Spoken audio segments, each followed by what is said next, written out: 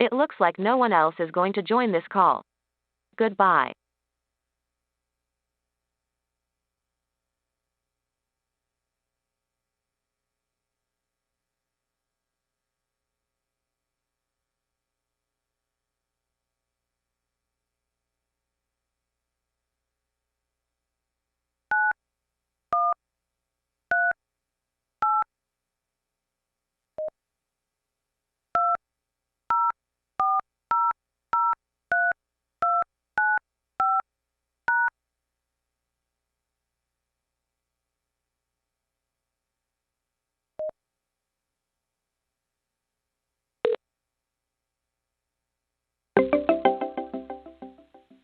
Welcome to Google Meet. Enter the meeting pin. Follow.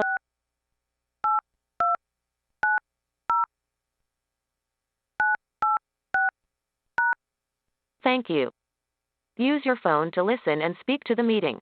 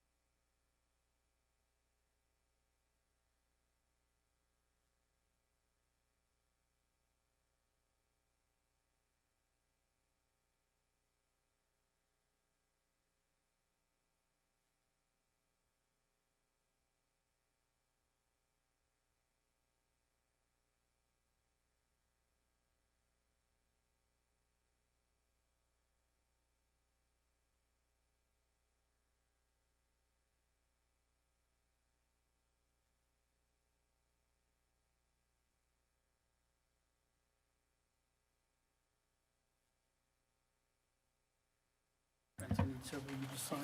Okay. At the end of this, Okay, thank you.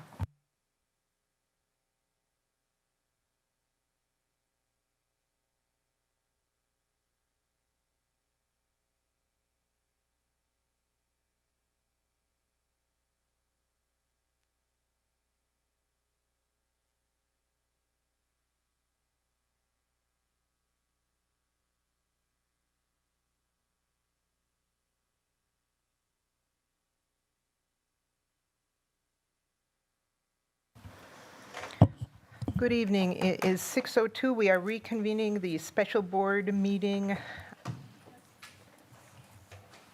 to take formal action. Is there a motion on what was discussed in closed session? So moved. I'd like to make a motion to amend the contract as written to include, the board agrees to complete a formal evaluation by January 31st, 2027, at which time a salary adjustment may be negotiated. Is there a second? Second. Motion by Megan Miller, seconded by Carol Fox. Any discussion? Hearing none. Do we need a roll call vote? I don't think we do, but I will request one. Mrs. Shope, may we get a roll call vote? Yes, and Chair Miller, or Board Member Miller, can you email me the rest of that? Thank you.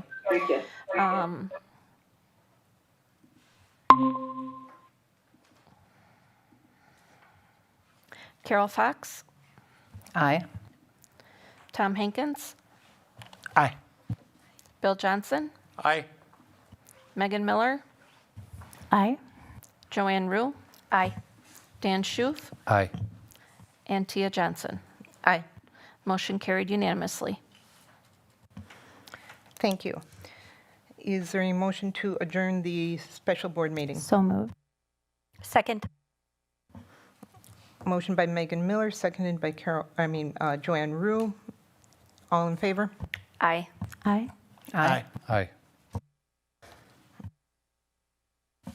Motion carries unanimously.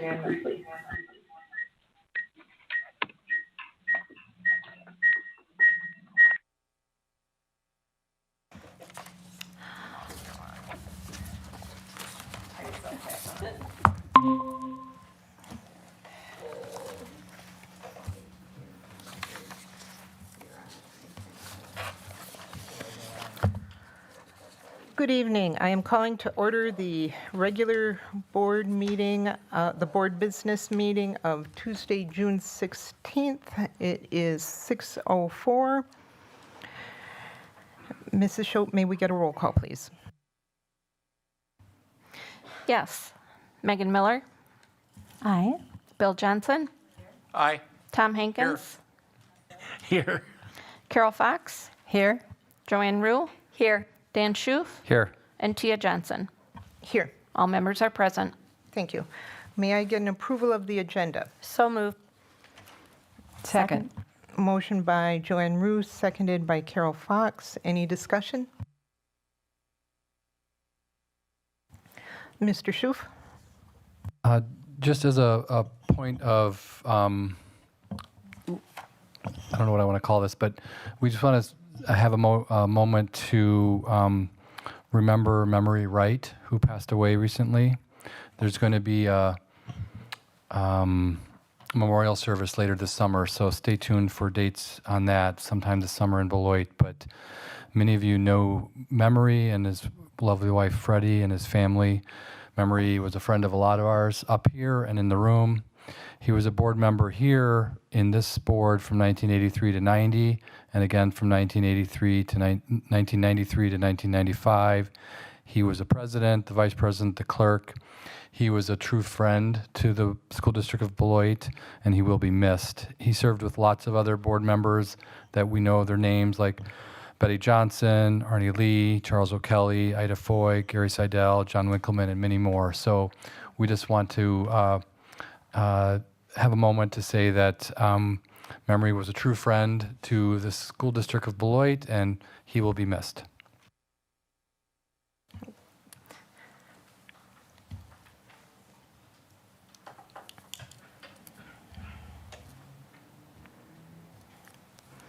Thank you, Mr. Shu, for sharing that with us. We really appreciate that, and our hearts go out to Memory Rights family.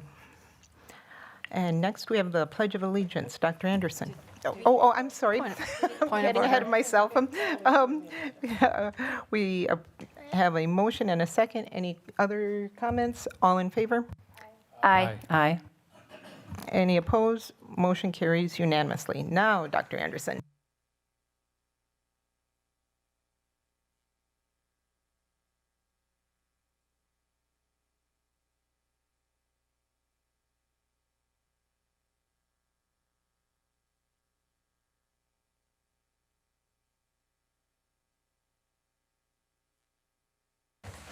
Thank you, Dr. Anderson, and I'm going to correct you, and this is your last regular board meeting.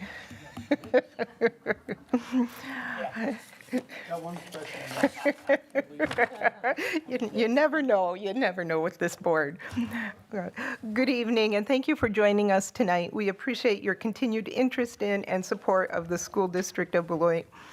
Since our last regular board meeting, we had a beautiful graduation ceremony for our 2026 graduates of Beloit Memorial and BLA and other programs. So congratulations again to all of them and to all of the families. We have also been very busy with a lot of year-end gatherings and celebrations. Thank you to all of the staff and volunteers who have pulled all Press of the star events. 6 to unmute. And all of the attendees who were able to make it out and show their support. We continue to listen to our staff, families, and community members regarding the difficult budgetary decisions we have before us. We appreciate the support, understanding, and patience needed to navigate these challenging times. Dr. Anderson, thank you for stepping up last November when the School District of Beloit needed somebody with experience and compassion to help steady us. And thank you, Dr. Leah Malat, for agreeing to serve as our next interim superintendent. For those of you who are not familiar with Dr. Gordon Malat, she has nearly 3 decades of experience with the School District of Beloit and understands the gravity and the nuances of the multiple issues facing the School District of Beloit. We trust her to lead us through these issues while making systemic improvements along the way. We are very appreciative of both of your leaderships and your commitment to the School District of Beloit. Together, we remain committed to strengthening our district and improving our outcomes for every student. That concludes my report for tonight. Next, we have upcoming events and announcements. Board Clerk Miller. Thank you very much. I'm glad to see so many people here this evening. Good evening. These are the announcements for Tuesday, June 16th, 2026. The school year ended wonderfully, full of celebrations like the retirement party on June 2nd and graduation for our seniors on June 6th. The first edition of the board and superintendent newsletter was sent out on Sunday, May 31st. There will be another edition coming out in about a week, so head over to the Board of Education website at beloitschools.net and sign up to receive the newsletter. You won't want to miss it. Summer school begins next week on June 23rd and runs through July 30th of 2026. Middle school begins at 7:45 a.m. at the high school, as well as the high school students who begin at 8 a.m. Our elementary school students begin at 8:30 a.m. at either Converse or Todd Elementary Schools. There are a few dates in July where there will be no summer school. For more information, please go to the Our District tab on the district website and click on 2026 Summer School. Breakfast and lunch will be served daily. Will your child be 4 years old on or before September 1st, 2026? If the answer is yes, then your child is eligible to enroll in the School District of Beloit 4K program. Come on into the Colac Education Center to enroll your child or enroll your student online at beloitschools.net. Don't delay, enroll today. As a reminder to all parents, if your student or students are already enrolled, you may also go online to register your children for next year. Should you need any assistance, secretaries will be on site for another week or two. It's official and it's coming. Board docs will be changing to Diligent Community, same company with a slightly different look. It will be a couple of months before the backside work is done, so until then, continue to look for our board information and meetings on board docs, and we will keep you up to date as progress continues on Community. Watch for training sessions coming this fall. All district buildings will be closed on Friday, June 19th, in observance of Juneteenth, and on Friday, July 3rd, in observance of our country's 250th birthday. Meetings coming up and being held at the Colac Education Center include Monday, July 6th, policy meeting at 3 p.m., Tuesday, June 7th, business operations, finance, and HR meeting at 5 p.m., and the Teaching, Learning, Equity, and Pupil Services Committee meeting at 5:30 p.m. or immediately following the 5 p.m. meeting, whichever is later. This concludes the announcements for tonight. Thank you, Clerk Miller. Next, we have recognition. Tonight, we have the recognition of Dr. Tracy Saladar. Dr. Anderson? First, I'd like to thank both her and her husband for being able to be here tonight so we can properly honor you for your achievement of being this year's recipient of the Beloit Memorial High School Hall of Fame Award. Dr. Saladar grew up in Beloit, attending Todd Elementary, Aldrich Junior High, and was a Beloit Memorial High School graduate in 1992. Dr. Saladar returned to Beloit following her college education and began her nursing career at Hackett Elementary in 1996. She is a clinical professor and pediatric primary care nurse practitioner with a distinguished career in pediatric healthcare, nursing education, and global health. She is a board-certified pediatric nurse practitioner and pediatric primary care mental health specialist with extensive clinical experience caring for children from newborn through young adulthood. She currently practices at Genesis Pediatric Medicine in Illinois with clinical work in many areas of childhood medicine and literacy. At UW-Madison School of Nursing, she serves as clinical professor and pediatric primary care DNP program lead.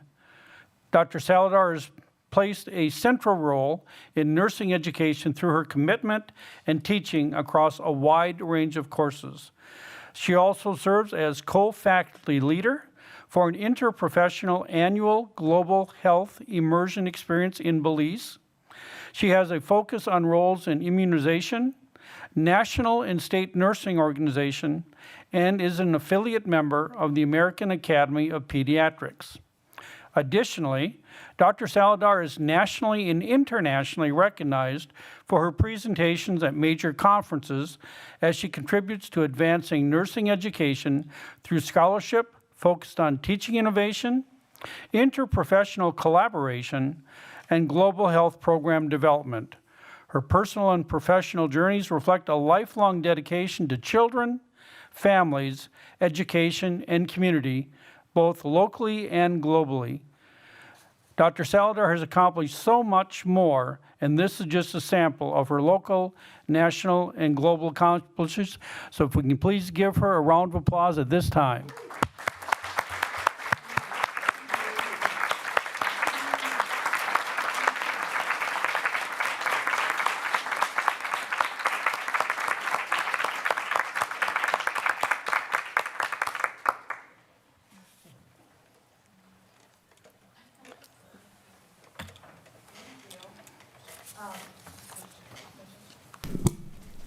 Okay, thank you so much for having me here tonight. What an amazing honor, probably the best honor I have ever received, to be able to come back to Beloit Memorial. And as a pediatric nurse practitioner, a primary care provider, to be able to speak to that many adolescents in one space was probably one of the joys of my life. So this community, Daryl and I have been a part of this community. We grew up here. Daryl taught in the district for 20 years. I worked in the district. We have 4 graduates of Beloit Memorial High School. We are huge advocates for public school. I'm thankful for all of my partners in the school district who allow me to bring my students from UW-Madison. Michelle Agno allows me to come to kindergarten, where my students learn from her students, and her students learn from my students. So it is a very cool relationship. And I look forward to continuing all of these relationships that I have built into fighting for public schools and to be just immersed in this community, learning from all of you and giving back. So I thank you so much for this honor and look forward to what comes next. Thank you.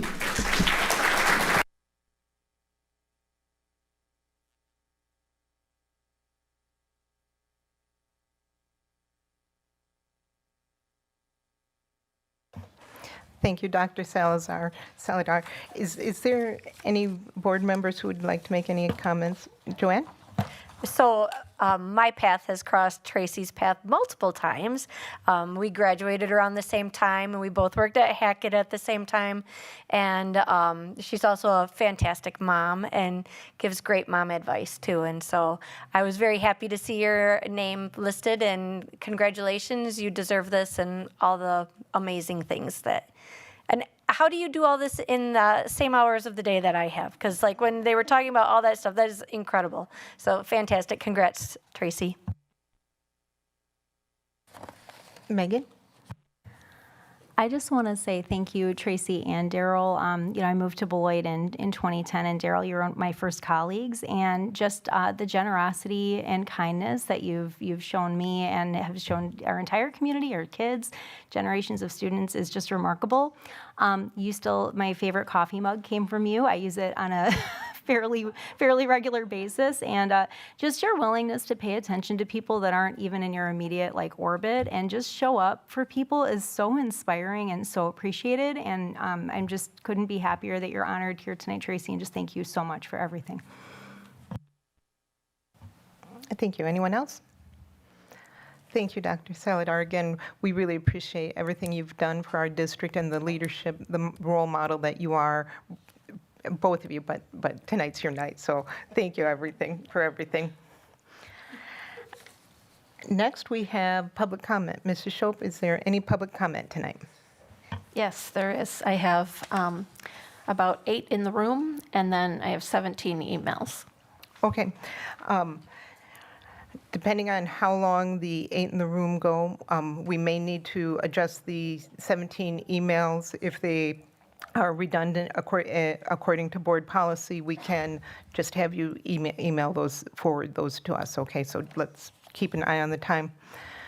Members of the public are welcome to attend all open meetings of the Board of Education. Individuals attending board meetings are expected to conduct themselves in a respectful and courteous manner that models appropriate behavior for our students.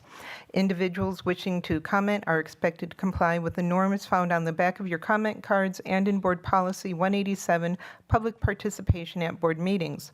We ask that each of you contribute to maintaining a respectful and orderly meeting and prevent discussing confidential matters in public forum by following these norms for public comments during your board meetings. Thank you for your participation and courtesy. Mrs. Shope. The first person I have is Isabella.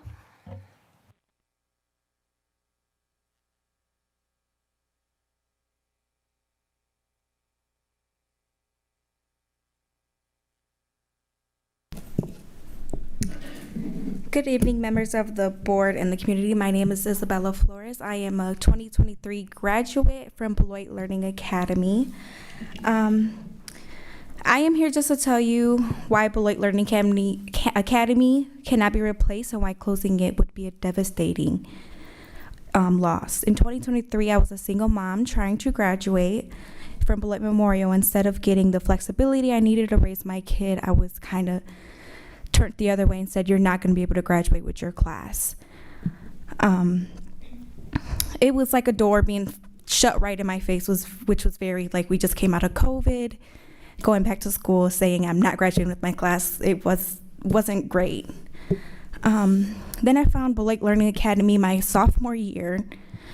They didn't see me as a scheduling problem. They seen me as a person and listened to my needs and helped me rearrange my schedule and my life around that. And because of their tailored support, I didn't just catch up, I graduated early. They even transformed how I learned in their English programs. Instead of forcing books that I had no interest in at all, they helped me find my own style and taught me to truly love reading. And my story goes deeper than academics. During my time there, I hit my most vulnerable point. I became homeless, moving with my small child from house to house. When we were just trying to survive, school became the last priority. But Beloit Learning Academy didn't let me fall through the cracks. They supported me through the housing crisis, wrapped their arms around my little family, and gave us a safe harbor. Their support didn't stop at a diploma. Thanks to the resources, I took my CNA program and have been a CNA for almost 5 years now. Because of that program, healthcare has been my career for almost 5 years, allowing me to provide for my family. Beloit Academy is more than a school. They are a family. When the rest of the world felt unstable, they were my bedrock. They don't just hand out diplomas, they lift people, build careers, and give young mothers and struggling teens a fighting chance.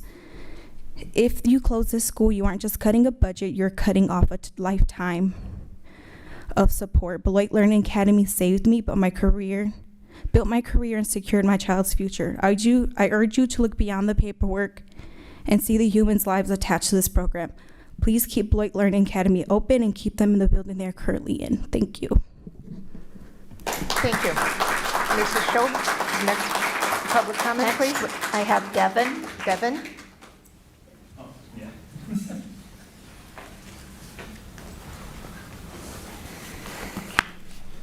Good evening. My name is Devin Roselle. I'm a 2019 graduate of BLA, and I graduated with honors from Blackhawk Tech.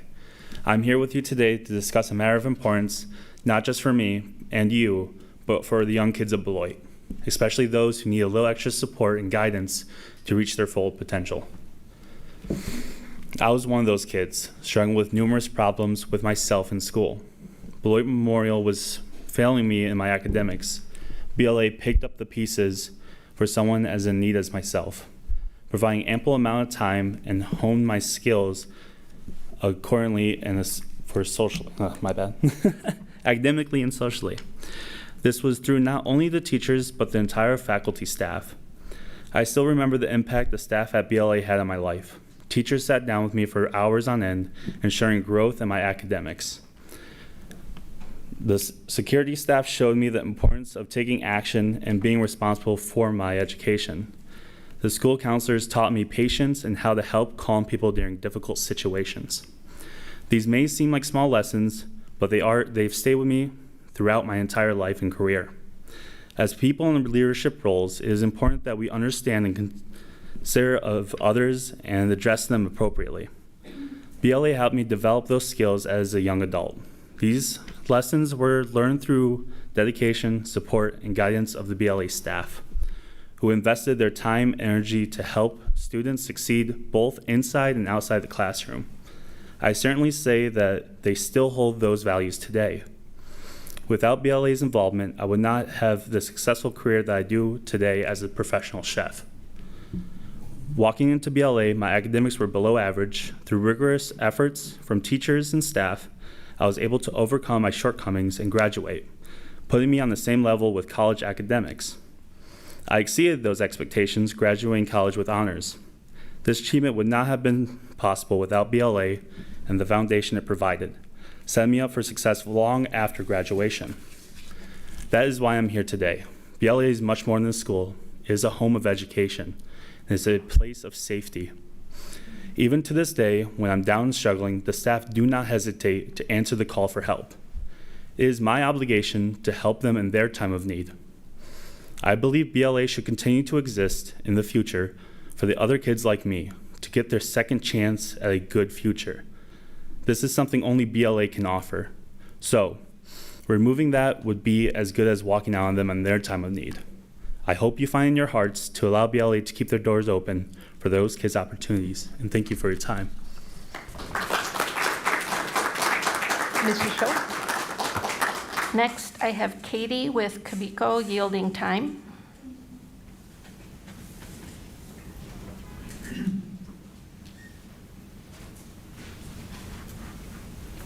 And right after Katie, we'll have Esteban.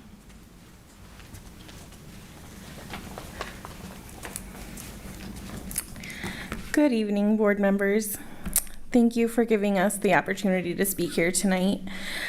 I am here to advocate for Beloit Learning Academy to continue having its own dedicated space, whether that's at Cunningham or another location separate from Beloit Memorial High School. Many of the students at BLA are thriving because they are not in a large school environment. As a parent who has watched many of these students grow up, I am incredibly proud to see them walk through those doors every day. Some of these students had given up on school before coming to BLA, and today I see students who once struggled with attendance and failing grades now showing up consistently, building confidence, and finding success. There is definitely something special happening at BLA, and it deserves to be protected. My own son, Esteban, struggles with severe school anxiety. Do you know what that's like as a parent to pull into a school parking lot day after day, getting ready for school, actually trying to go, and he cannot physically get out of the car? It's a lot. To watch them want to succeed but feel completely overwhelmed by the environment, it's heartbreaking. I would even call the school counselor and front office and say, my son is having a panic attack in the bathroom. Can someone please check on him? The main concern was for him to be in class on time and not for his specific well-being. I had email threads, probably 100 emails long. For 7 months, I advocated for my son. I wrote emails and called meeting after meeting. I made phone calls and pushed for support. Despite documentation, medical diagnoses, I was often told that he just simply did not want to be there and did not want to do the work. As a parent, that was devastating to hear because I knew that wasn't true. Feeling unheard and out of options, I began open enrolling him into schools outside of our district. I was preparing to send him somewhere else because I could not find the support he needed at BMHS. I was honestly heartbroken with how proud I am to be part of the school district of Beloit. I was constantly told, he doesn't need to go to BLA, he's not a problem child. And my son, he's never been suspended from school. He's never caused issues at school, and that was always, he doesn't belong there. He doesn't belong there. So he did get into BLA due to me directly advocating to BLA after calling many meetings at the high school, and just said, well, he'll have to wait at least 2 more years, probably till his junior year, before we can even consider to send him over. So as a freshman, he was supposed to struggle for 2 more years, not getting the support that he needed. So he was accepted into BLA this last spring, the 4th term, at spring break time. He goes to school every day. He has relationships with staff who support him when he's struggling. He feels seen, understood, and accepted. At BLA, he can use the gym during lunch to help regulate emotions and manage anxiety while not getting overwhelmed with the other hundreds of students. That was something that I asked for at the high school. I'm like, can he just get 10 minutes on lunchtime to just release some energy? Absolutely not. There's no way we can accommodate that. And I understand that we cannot accommodate every child, but not every child is the same. So there's that. And then those opportunities do matter. Those relationships matter. And for students like my son, they can make the difference between showing up and giving up. If BLA exists because some students struggle in a traditional high school setting, then moving into the high school defeats the very purpose of the program. Putting students back into the environment where they were struggling is not a solution. I understand that the district is facing difficult financial decisions and budget cuts. However, I ask that you consider the long-term cost of this decision. If students who are currently thriving at BLA are placed back into the environment where they struggled before, some will disengage, attendance will suffer, and graduation rates will decline. We risk losing students who have finally found a place where they feel supported, connected, and successful. BLA is more than a building, it's a lifeline. It is a place where students find hope, support, and a path towards graduation when other options have not worked. Please listen to the students, families, staff, and community members who have experienced the positive impact of this school firsthand. For many students, BLA is not simply another school. It is the reason that they are succeeding. Please do not disrupt the very thing that is helping these students thrive. Thank you. Thank you, Mrs. Schultz. Oh, Esteban is our next speaker, and then who's up after Esteban? Mrs. Schultz? No? Okay. Paulo?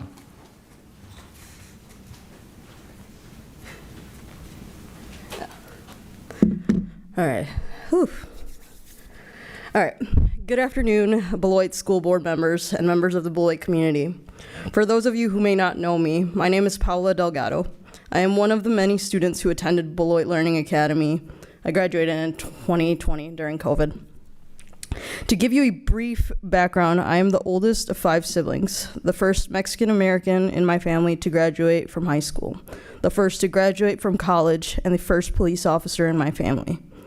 I was also a resident of Project 1649, a nonprofit organization dedicated to supporting homeless youth in the Beloit and Janesville area by providing transitional living housing and other vital resources.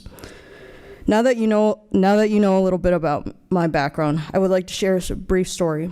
During the police academy, my director handed me a book called Start With Why by Simon Sinek.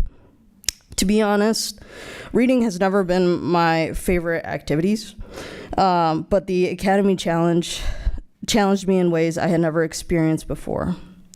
As I worked through those hardships, I began reading the book and eventually found myself asking the same question: why? Why did I begin this journey? When I looked back, I found my answer. Part of my why started right here in the school district of Beloit. It started at Royce Elementary, where I learned English, my second language. I then continued through my years in the district, which ultimately led me to Beloit Learning Academy, a school that gave me an opportunity to graduate as a proud Purple Knight. Beloit Learning Academy provided much more than an education. Through its partnership with Project 1649, I had access to stability, support, and a place to call home during a difficult chapter of my life. I was able to work part-time, continue my education, and build a future that once seemed out of reach. On the school district of Beloit's Board of Education webpage, it states, "We acknowledge the challenges and adversity that so many of our families are facing. We are committed to supporting our students, families, and staff. We are here for you, and we are stronger together. Tonight, I invite the board to start with why. I encourage you to reflect on the message you want to send this community and to remember the purpose behind the programs and opportunities that have changed so many lives." One of my favorite quotes from Start With Why says, "All organizations start with why, but only the great ones keep their why clear year after year." Because of Beloit Learning Academy, I became a police officer. Because of Beloit Learning Academy, one of my sisters graduated and now serves in the Army Reserves. Because of the opportunities provided through the district, another sister graduated from Beloit Memorial High School and now proudly serves our country in the United States Air Force. These are not just individual success stories. They are examples of what can happen when a school district invests in its students, especially those facing adversity. Beloit Learning Academy is much more than a school. It is a second chance. It is hope. It is opportunity. It is proof that when a community believes in its students, those students can achieve things they never thought possible. Thank you. I'm sorry, your time is up. Oh, sorry. Thank you. Okay. Mrs. Schultz? Next, I have Kylie.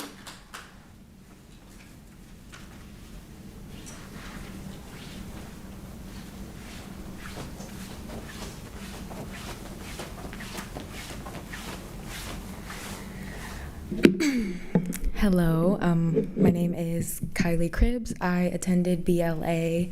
I want to thank Ms. McEntee for inviting me here to speak today. I'm speaking today on behalf of Beloit Learning Academy and the vital yet overlooked part of it that it plays within not just our school district, but our community.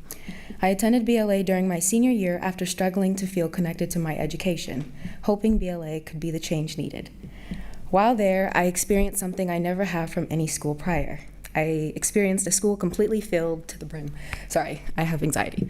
Completely filled to the brim with educators who truly saw us and understood the challenges that we go through. The staff that put genuine time and care into recognizing us not just as students, but as individual people. I was able to maintain a job and also graduate 5 months early, which I could not have done at the time without my teacher support. Looking back at some of my peers, simply needed guidance academic-wise, while others had harsh and violent home environments that made education the least of their worries. The teachers around me both understood and acknowledged this. If you truly wanted to obtain a high school diploma, they ensured you would do so. They gave you the resources to achieve it, and if you were a troubled student who was convinced a diploma wasn't necessary, they found ways to get through to you by reminding you of your potential. But that's not where they stopped. They also pushed for higher education, which for some students was the first time an adult made them feel that was even a possibility or an option. Minimizing BLA's importance within our school district is minimizing the importance of the many at-risk children within our city. The school is a pillar for our community, and it is one that should not be taken for granted or forgotten. I can sincerely say BLA gave me an education that will follow me throughout my life. It's imperative that the district recognizes just how vital BLA is to kids that don't deserve to be left behind, simply because they didn't have the same access to the education and educators I was fortunate enough to have.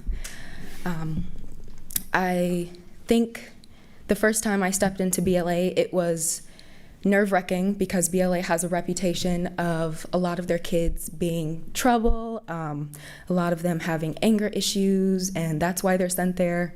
I think the mix was actually quite beautiful. I was surprised that a lot of the kids weren't really angry. They just never had an adult hear them or listen to them and truly see them. Beloit has a unfortunate side to it at times. There can be violence, there can be anger, and I think that trickles down to the students, it trickles down to the kids. And I saw firsthand how the teachers were able to connect with some of these kids that were angry and they didn't know why. The educators are truly amazing, and I want to thank them all for doing what they can to support these students and support me. And I think that's why we're all here today, and I'd like to say thank you guys for your time. Thank you. Yep. Mrs. Schultz, who do we have next? The last one I have in the room is Mario.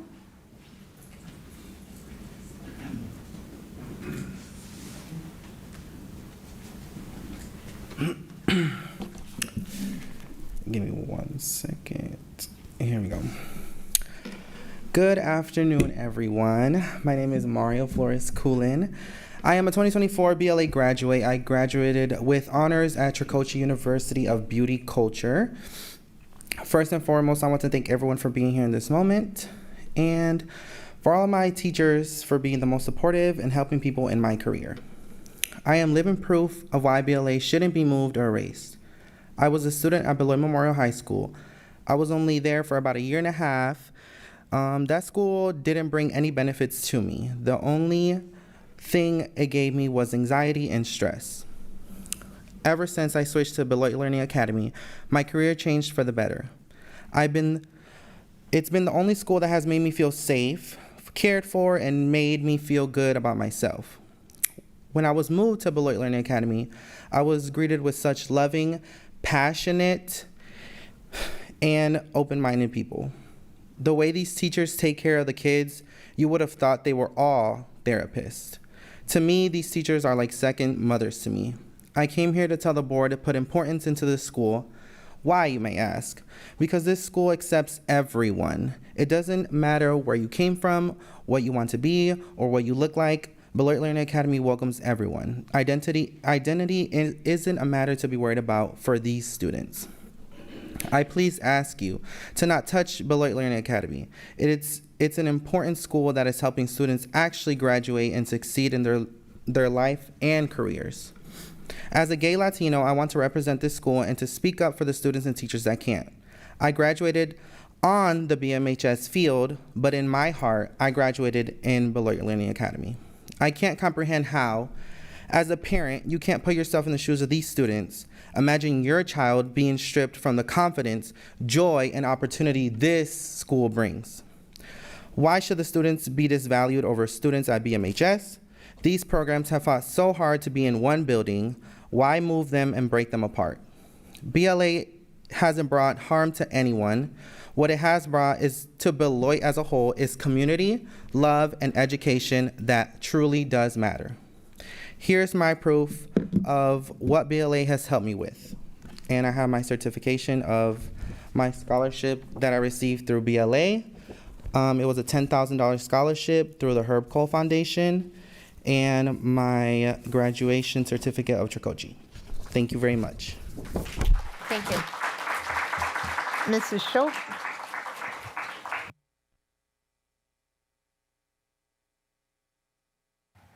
Now I have emails. This email is from Dan. My name is Dan, and I'm a teacher at BLA. I respectfully ask that the Beloit Learning Academy remain at the Cunningham Success Center. The Cunningham Success Center is much more than a building. It houses Beloit Learning Academy, Even Start, the Teen Parent Program Office, the BVS Office, GEDO2, the Bridge Transition Program, Challenge Academy Mentoring, a makerspace, a library, a food pantry, a clothing closet, and school social work services. That's not a building, that's a toolbox. We also have a courtyard and garden that serve as outdoor classrooms for our environmental literature and environmental science students. The food pantry and clothing closet provide resources for students while creating opportunities for volunteer service, work experience, and skill development. The Bridge Transition Program helps students with intellectual disabilities develop employment and independent living skills that prepare them for the life after high school. What makes the Cunningham Success Center special is that these resources work together. Students can access academic support, basic needs resources, social emotional support, work experience, transitioning programming, and mentoring all in one place.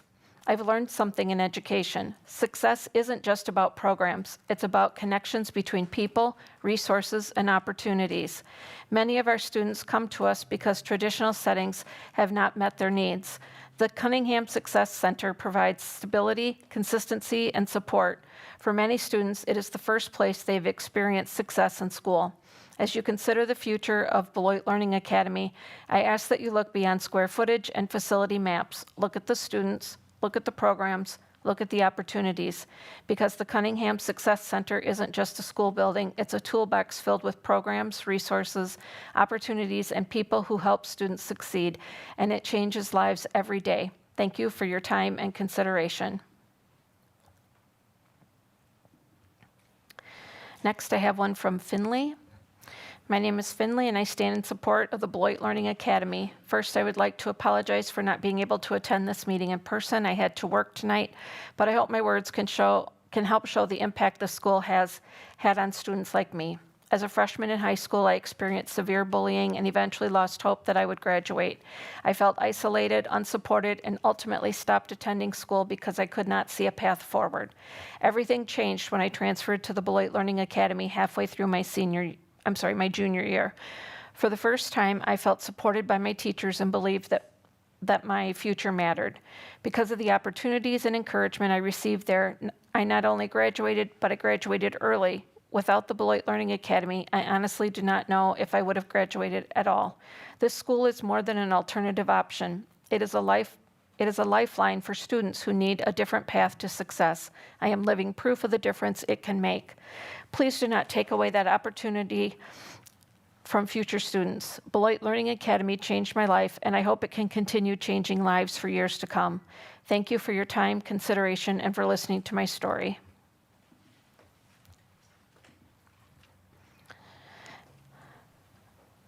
Next, I have one from Juliana. My name is Juliana, and I'm writing to express my strong support for Beloit Learning Academy and to respectfully ask that it not be removed. Beloit Learning Academy has been more than just a school to me. It has been my second chance at success. I began my freshman year at Beloit Memorial High School with hope for my education, but I quickly faced challenges that made it difficult for me to succeed. My class schedule was changed in ways that created confusion and made me feel unsupported. When my mother and I tried to address the situation, we did not feel that our concerns were taken seriously. As a result, I began to lose faith in the school system. During the middle of my sophomore year, my mother applied for me to attend Beloit Learning Academy. I was grateful to be accepted because it gave me another opportunity to continue my education. While attending BLA, I was able to complete my 10th grade year and recover all of my missed credits. Later, I had to step away from school during my junior year because of difficult personal circumstances. I needed to help my mother care for my 3 younger siblings while also working 3 jobs to support my family. Even during that time, the staff at BLA continued to encourage me and believe in me. Mrs. Buchanan, Ms. Monroe, Mr. Harrow, Ms. Scoville, and many others went above and beyond for me. They stayed after hours to help me, pushed me to do my best, and never gave up on me. Their dedication made me believe that I could still succeed even when I felt overwhelmed. During my senior year, I also experienced a deeply difficult and traumatic personal situation that made continuing school even harder. In one of the darkest times of my life, Ms. Buchanan reached out to me and asked how I was doing and encouraged me to continue my education. That support meant everything to me. Today, I can honestly say that I would not be close to completing my education if it were not for Beloit Learning Academy. This school gave me the support, encouragement, and second chance that I needed when I felt like giving up. BLA helps students who may be behind, struggling, or facing serious life challenges, and it gives them a real opportunity to graduate and build a better future. I strongly encourage the board to reconsider any plans to move BLA into the high school. BLA's current location has created a supportive environment that benefits many students and families, and relocating it could negatively impact the programs and relationships that have made it so successful. One of the most valuable aspects of BLA is the connection between the younger children and the older students they look up to. These children, including preschool-aged students, have built trusting relationships with older student mentors who help them learn, grow, and feel comfortable. At the same time, the older students take pride in supporting and encouraging these young learners, including children who are nonverbal and have additional needs. Taking away those opportunities would be a loss for both groups. BLA also provides important student support for students facing challenges in their lives, including teen parents who are working hard to continue their education and students who are making positive changes. We're at 3 minutes on that one. Okay.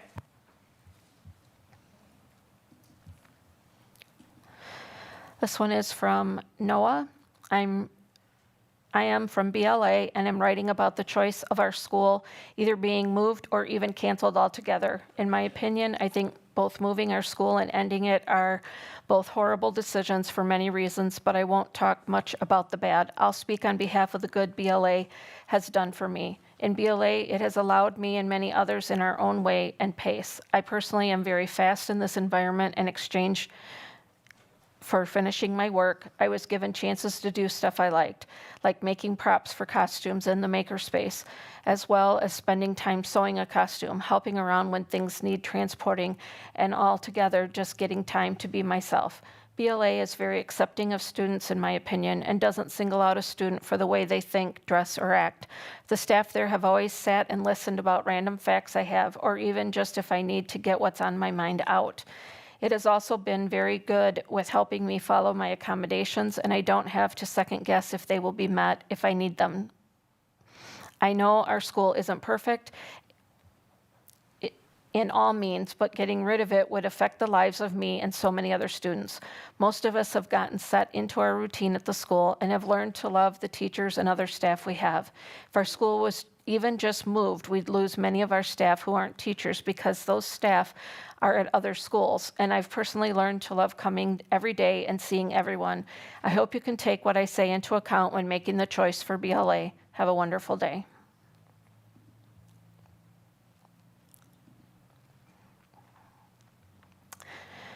I would like to voice my support for the BLA Academy, Beloit Learning Academy. It is much needed in the city. I did have the privilege to work as a security guard at the Wright Building for 8 years. I did see many students grow and mature during the years there. I also had the opportunity to sponsor 3 students who attended the Challenge Academy at Fort McCoy. All 3 did graduate. I believed in BLA and the students. We did have a basketball team, even though the players were not very good, but they did try. I did transport some of the students to the games, and even one of the players who was a guest at the juvenile detention facility. My job was not just a role as the security officer, but a person to talk to these youngsters, students, as a father, role model. There is a need for BLA in Beloit. I wish I was younger. It was a challenge, but very enjoyable, and I would not have changed it for the world. I am thankful that Dan Stoffaker, who was in charge of school safety, placed me at BLA. Respectfully yours, Robert.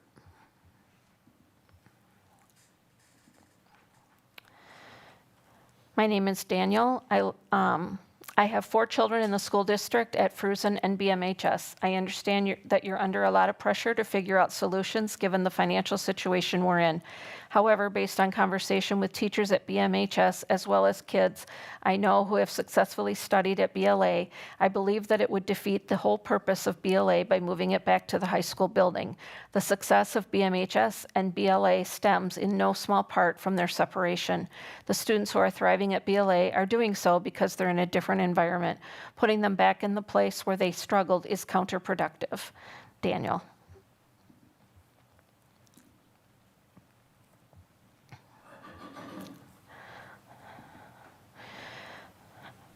Dear members of the board, I am writing as a family member of several Beloit Learning Academy graduates and as someone who spent 10.5 years serving as a data analyst in the United States Air Force. Throughout my career, I have learned one simple truth: data does not lie. When evaluating the future of BLA, I urge the board to look beyond the surface level numbers and consider what this school was created to accomplish. BLA serves students who often need a different educational environment to succeed. While traditional schools are measured primarily by standardized test scores, alternative schools should also be evaluated on graduation rates, student retention, attendance, and the number of young people who remain connected to education rather than dropping out. According to publicly available data, Beloit Learning Academy serves over 150 students and has maintained graduation rates around 77%, reaching as high as 82% in some years. Enrollment has grown over recent years, demonstrating that families continue to seek the services and support the school provides. The numbers are important, but they only tell part of the story. My cousins attended BLA, and I witnessed firsthand the impact it had on their lives. The school provided an environment where they could grow, mature, and ultimately succeed. Without this opportunity, I genuinely do not know if they would have experienced the same positive outcomes. As a data professional, I understand that every organization must make difficult financial decisions. However, good analysis requires asking the right question. The question should not simply be, how much does this building cost? The question should be, what happens to the students who rely on this program if it disappears? If even a portion of these students are able to graduate because Beloit Learning Academy exists, then the return on investment extends far beyond test scores. It affects employment, future earnings, community engagement, and the lives of entire families. Schools like BLA are often the last opportunity for students who have struggled elsewhere. Closing or significantly downsizing the school risks removing an educational lifeline that has already changed countless lives, including those of my own family members. I respectfully ask the board to carefully consider the long-term impact of this decision. Data should guide decisions, but it must be interpreted within the context of the population being served. The success of BLA cannot be measured solely by traditional metrics. Its true success is measured by the students who graduate, move forward, and build better futures because someone believed they deserved another chance. Thank you for your time, your service, and your consideration. Amanda.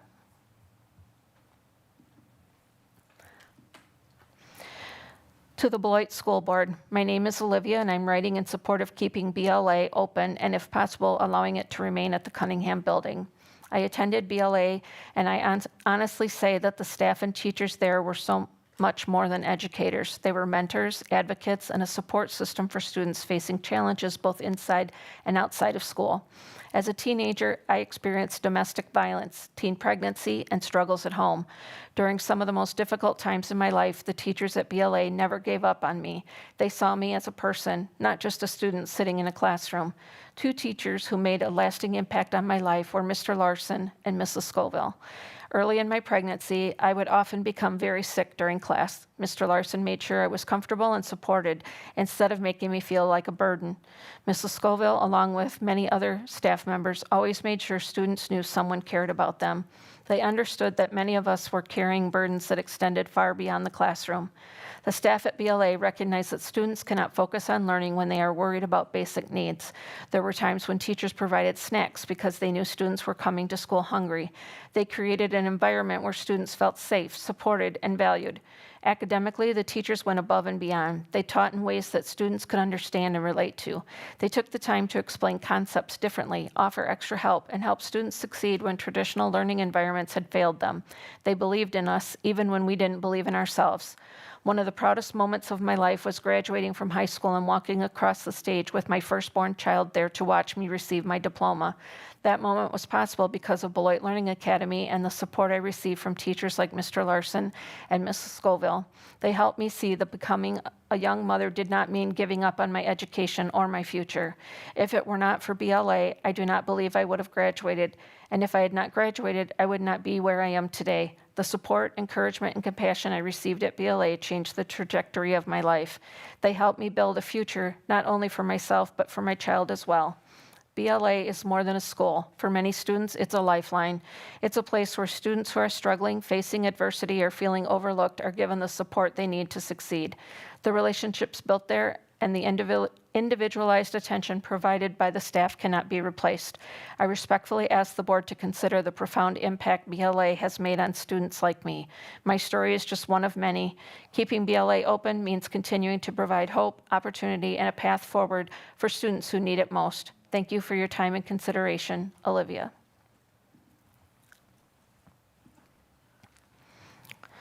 Good morning. My name is Chrissy, but everyone knows. As I was starting my freshman year, I was scared but excited because it was different. But I was dealing with a lot of things outside of school due to my behavior. The high school kicked me out every chance they got because of my behavior, not knowing what I was going through, nor dealing with at the time because they don't care about the students, just the paycheck, it seemed like. It was only 2 teachers and a principal that tried to help me. I went to high school from September until March 6th of my 9th grade year. I couldn't do it anymore, so I asked, could I go to BLA, not even knowing the teachers or principal there yet. As I waited a week to get transferred to BLA, it was the best thing to do. At first, it was hard because I was still dealing with things on the outside, but that didn't stop them. They helped and helped in any way that they could. They reached out to the family if we didn't show up for school. They will pick us up if we don't have a ride to school. If we didn't have food or clothes, they will provide it. If we need extra help on homework, they will sit there and help. And help you also make a big group of people that need the same help and that lack in the same category if it helps everyone. Half of the kids in Beloit wouldn't be graduated if it wasn't for BLA or community actions.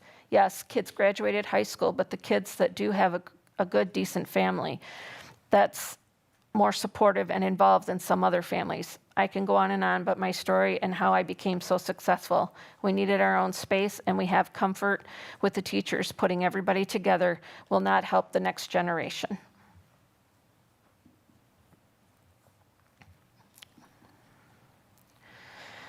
Dear Beloit School Board members, my name is Brene, and I'm writing to express my support for Beloit Learning Academy and ask that you consider keeping the school open. I truly believe that I would not have been successful in high school if it were not for BLA and its incredible teachers. BLA provided me with an environment where I felt supported, encouraged, and motivated to succeed. The teachers took the time to understand me, help me through challenges, and make sure I stayed on track academically. The teachers at Beloit Learning Academy are some of the most caring, understanding, and loving educators I've ever met. They go above and beyond for their students and genuinely want to see each student succeed. They create a welcoming environment where students feel safe, respected, and valued. Their dedication makes a difference in the lives of so many students who may struggle in a traditional school setting. Beloit Learning Academy is more than just a school. It's a place where students are given a second chance, where they are supported through difficult times, and where they are encouraged to reach their full potential. I know firsthand how much of an impact this school has had on my life. I know many other students feel the same way. Closing Beloit Learning Academy would take away an important opportunity for students who need the unique support and learning environment that BLA provides. I strongly believe the school should remain open so future students can continue to benefit from the caring staff, positive atmosphere, and educational opportunities that help me succeed. Thank you for taking the time to read my letter and consider my perspective. I hope you will keep Beloit Learning Academy open for current and future students.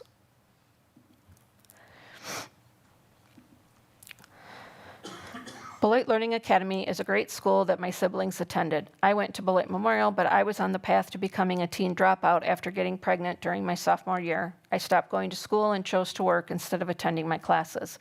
I met Mrs. Bailey through my brother, and that connection changed everything for me. Even though I wasn't a BLA student, the school still opened their doors to me.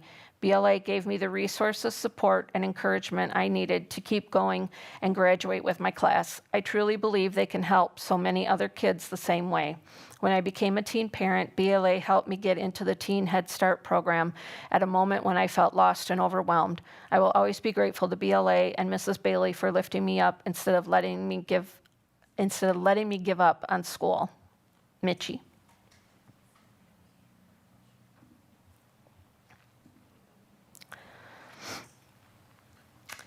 To the individuals dictating the future and lives of many of our youth just by discussing closing a school, I was one of the many students that was lucky enough to attend Beloit Learning Academy. BLA gets a bad rep for being the bad kid school, but it is so much more than that. I started my freshman year like any other kid, and I got by just fine. Good grades, friends, etc. I had something very traumatic happen to me, and I mentally and physically gave up. I didn't want to continue with anything, let alone school. I pretty much dropped out my junior year without any teachers, counselors, or adults really noticing at the high school. A few weeks before the end of my junior year, my counselor finally sat me down and told me I wasn't going to graduate. This was the first conversation I'd ever had with her since the start of my freshman year. How was that supposed to make me feel like she cared about my education? She finally told me I could try and talk to the teachers at BLA. Reluctantly, I went, and the moment I stepped inside BLA, I was greeted with kindness and treated like I was wanted there. I sat down with Mrs. Monroe and Mrs. Bailey. They never once judged me by my grades. They asked me why. They listened to my tears. They hugged me while I cried. They told me it wouldn't be easy, and they were there for me, and I would succeed. I started my senior year with 9 credits. That's the amount of a freshman. I showed up every day because of the encouragement I got from those ladies. They connected us with members of the community to show us if college was not for us, there were other careers out there. Not only was I able to graduate, but I graduated early with 2 extra credits and walked the stage with my class because the teachers and staff at BLA cared, and they supported me just like many of the other students that have gone to BLA. BLA is not just an alternative school for bad kids. It is for the kids who don't have anybody. It's for the kids who think nobody cares. It is for the kids who need somebody to give them one last chance. And it's for kids who just need someone to notice that they are hurting but do care. If you close that school down, who will give these kids that one last chance? Without BLA, I would not be the woman I am today. I am a mother to 2 beautiful boys and have a fantastic career, and I am so proud to say I am a BLA graduate. Sam.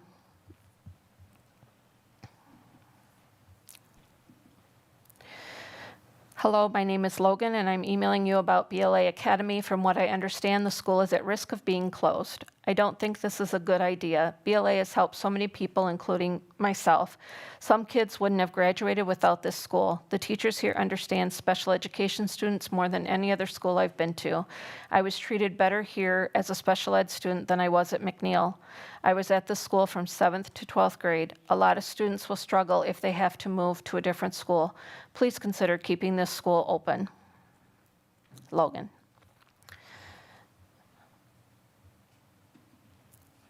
Dear school board members, I am writing to you as a former student of BLA to express my deep concern regarding the potential closure of the school.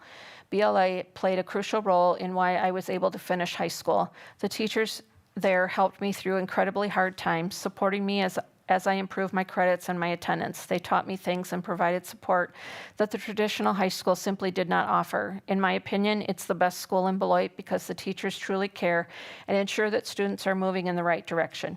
Closing a school that helps students in this way would be a major mistake.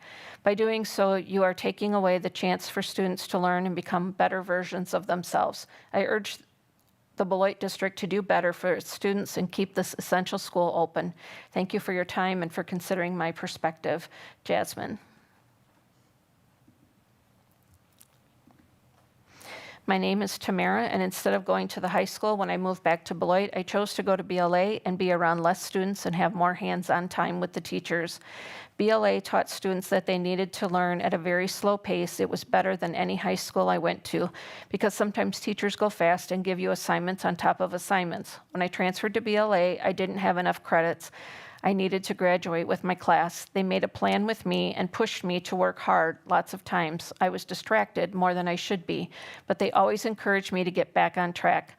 BLA and all of the teachers felt like family and treated all of the students like their own. Everyone who went to BLA had at least more than one trusted teacher.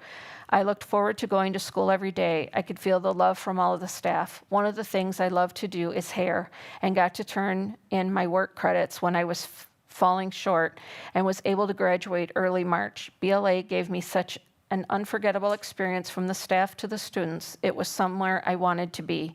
BLA has changed my life in so many ways and changed my mindset to want to go to college. It should not close because they helped so many students graduate. They helped so many students graduate with their class, and without BLA, a lot of us wouldn't be where we are now. And it's from MERR Milan.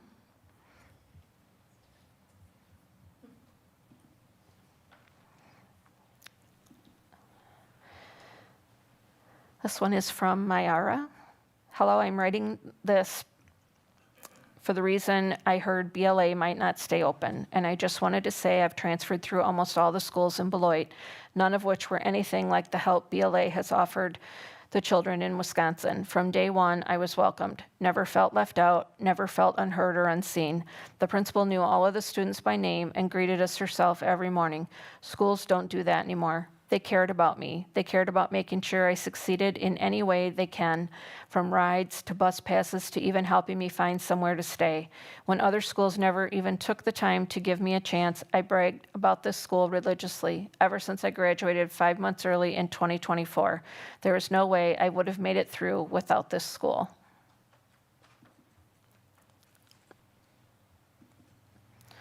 This one is from Treasure. We need to keep BLA due to the fact that it's a safe place to learn for a lot of kids, even my oldest daughter. She was a freshman in BMHS, and she had so much trouble at the high school.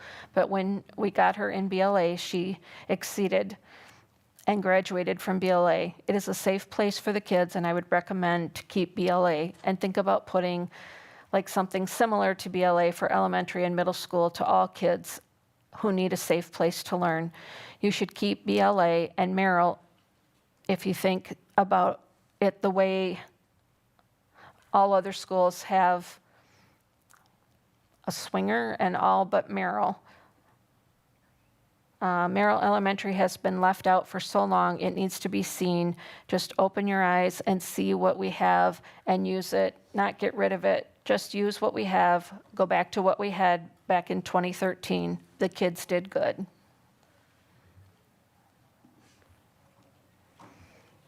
And that's all of them. Thank you, Mr. Shope. We really appreciate your endurance. Next, we have the superintendent's report. Dr. Anderson.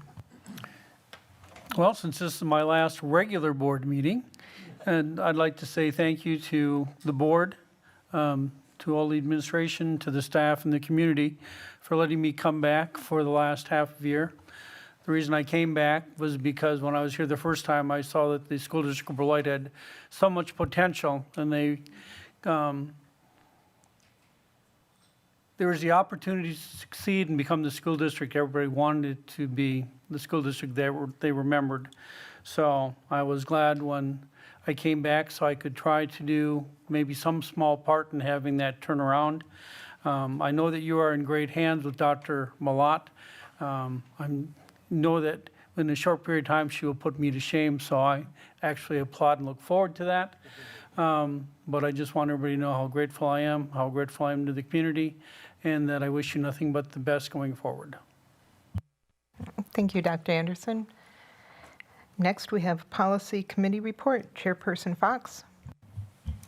Hi. The Policy Committee met on June 1st at 3 o'clock.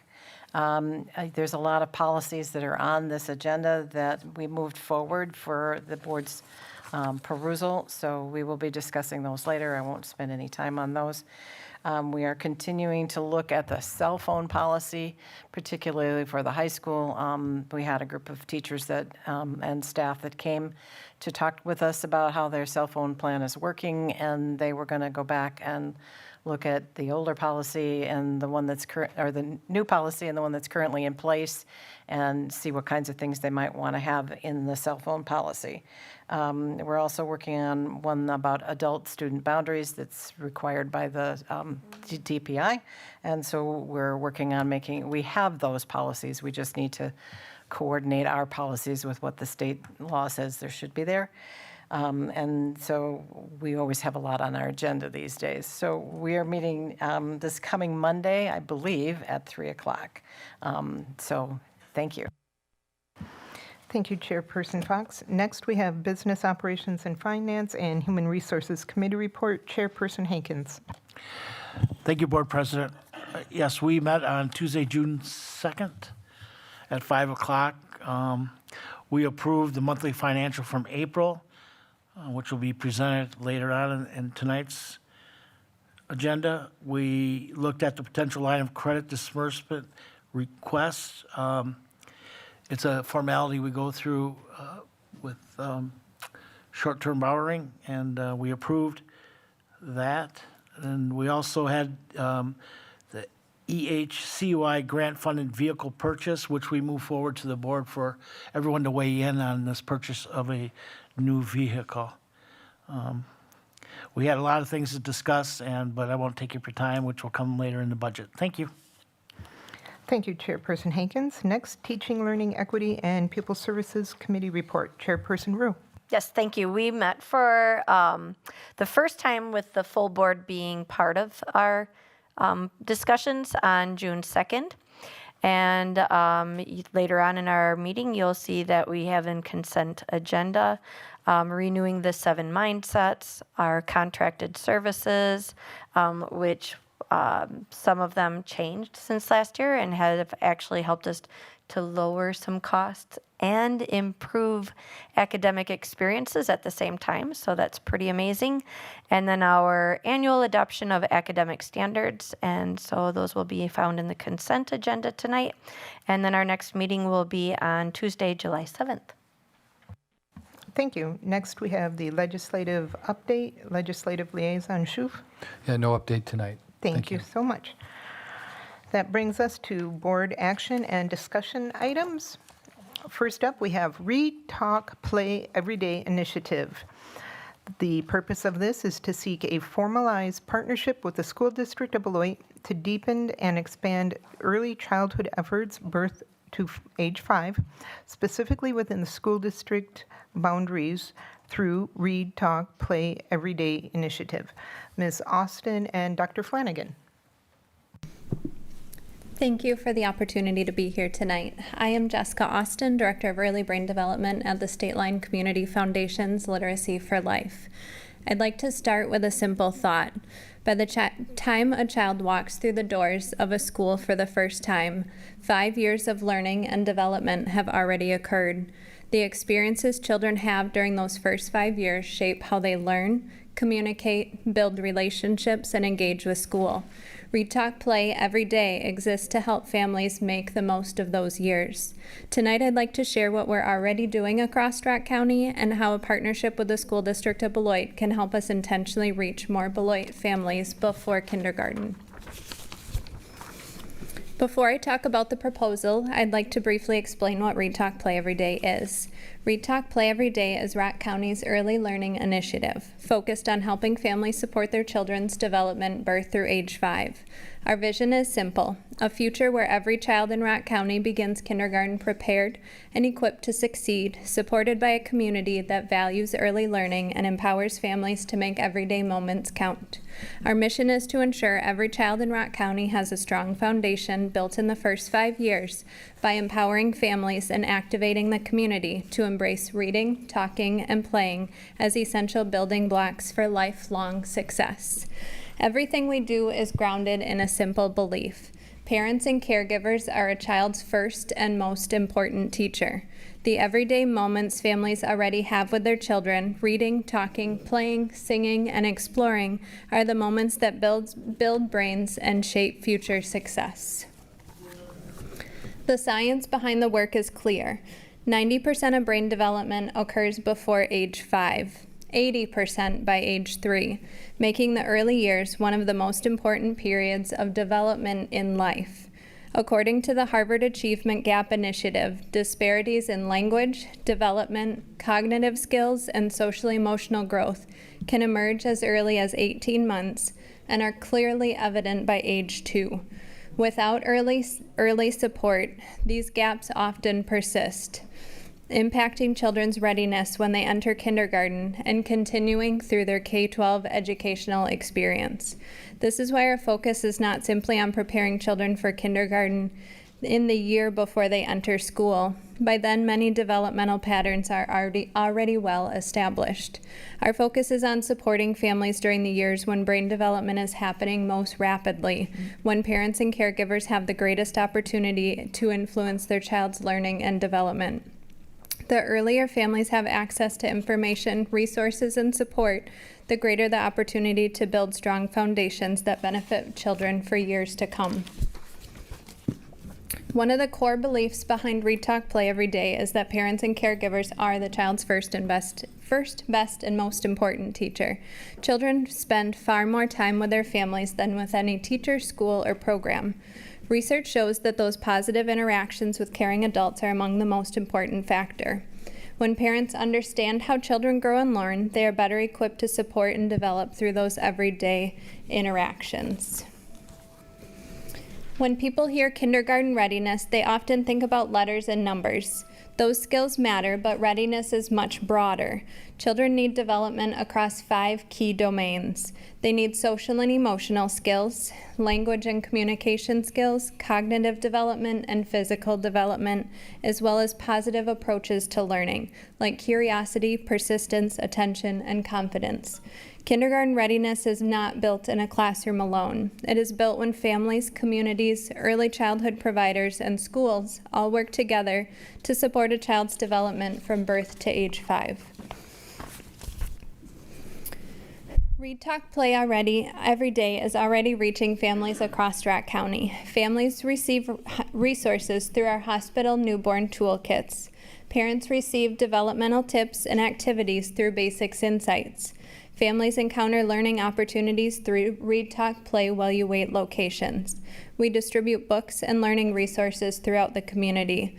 We provide online resources, videos, activities, and public awareness campaigns to help families understand how children learn and develop. The work already exists. The opportunity is to intentionally expand our reach within Beloit. I also want to recognize that many of these efforts have been successful because of strong community partnerships, including the partnership already with Beloit School District of Beloit.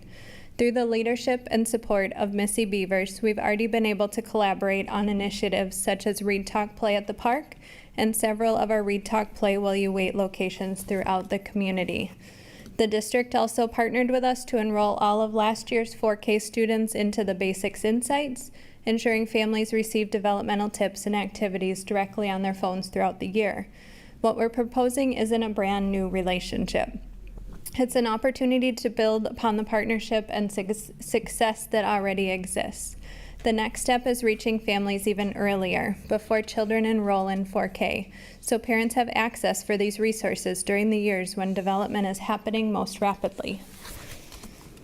When children enter kindergarten ready to learn, everyone benefits. Children are better prepared socially, emotionally, physically, and cognitively for the expectations of school. Families have stronger understanding of child development and the important role they play in supporting learning at home. Developmental concerns are more likely to be identified earlier, allowing families to access support and intervention before children enter school, rather than after the challenges become more significant. Schools spend less time helping children catch up and more time building upon the strengths children already bring into the classroom. This work doesn't replace the important role of school. It helps strengthen the foundation children bring with them when they arrive. As I've shared tonight, many of the building blocks for this work are already in place. Read Talk Play Every Day is already reaching families across Rat County through resources, partnerships, and community-based strategies. What we're proposing is not a new initiative, but a deeper investment in reaching Beloit families before kindergarten. To do that, we're requesting a 3-year Fund 80 partnership of $80,000 annually. This investment provides the capacity to intentionally coordinate and expand this work within Beloit, building on the strong foundation and partnerships that already exist. The next slide highlights what the investment will make possible for Beloit families. This investment allows us to take resources that already exist and make them more accessible. As a key part of this work is meeting families where they are in neighborhoods, community events, parks, faith-based communities, and places families naturally gather. Through a parent ambassador model, we can engage trusted community members to help share resources, start conversations, and connect families to the opportunities to support their child's development. We also plan to host family engagement opportunities at Beloit's elementary school. These events would provide families with simple hands-on activities they can do with their children while helping them become familiar with their neighborhood schools before kindergarten begins. We envision coordinating these opportunities with Child Find, kindergarten transition activities, and other family engagement opportunities taking place in the district. Families would also have access to Basics Insights, a text message resource that delivers practical developmental information directly to the parents and caregivers. Each week, families receive easy-to-understand information about child development, along with simple activities they can do during everyday routines. In addition, we would distribute books and family activity kits that encourage reading, conversation, play, and family interaction. These resources provide practical tools families can use at home while also encouraging alternatives to screen time. At its core, this work is about helping parents and caregivers better understand how children learn and develop while providing simple, realistic ways to support development in every day. Success begins with parents feeling confident in their role as their child's first teacher. Success is children entering kindergarten ready to learn. Success is families understanding what children need to thrive and knowing where to turn for support. Over time, these strong foundations contribute to stronger literacy, stronger academic outcomes, and more opportunities for children to succeed in school and in life. The investment we're discussing tonight is about planting seeds and going upstream. I'll close with a quote from Desmond Tutu. "We need to stop pulling people out of the river. We need to go upstream and find out why they're falling in. Every day, schools work hard to help children overcome challenges. This partnership represents an opportunity to support families during the years before those challenges become barriers. By helping families build strong foundations before kindergarten, we can help more children enter school ready to learn, ready to succeed, and ready to thrive. Thank you for your consideration. At this time, I'd like to invite Bill Flanagan, Chair of Literacy for Life at the State Line Community Foundation, to share a few thoughts.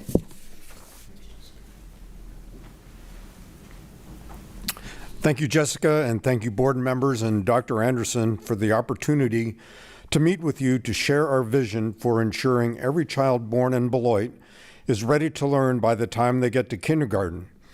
Jessica has expertly laid out our request, as well as the why, for this proposal for Fund 80 financial support.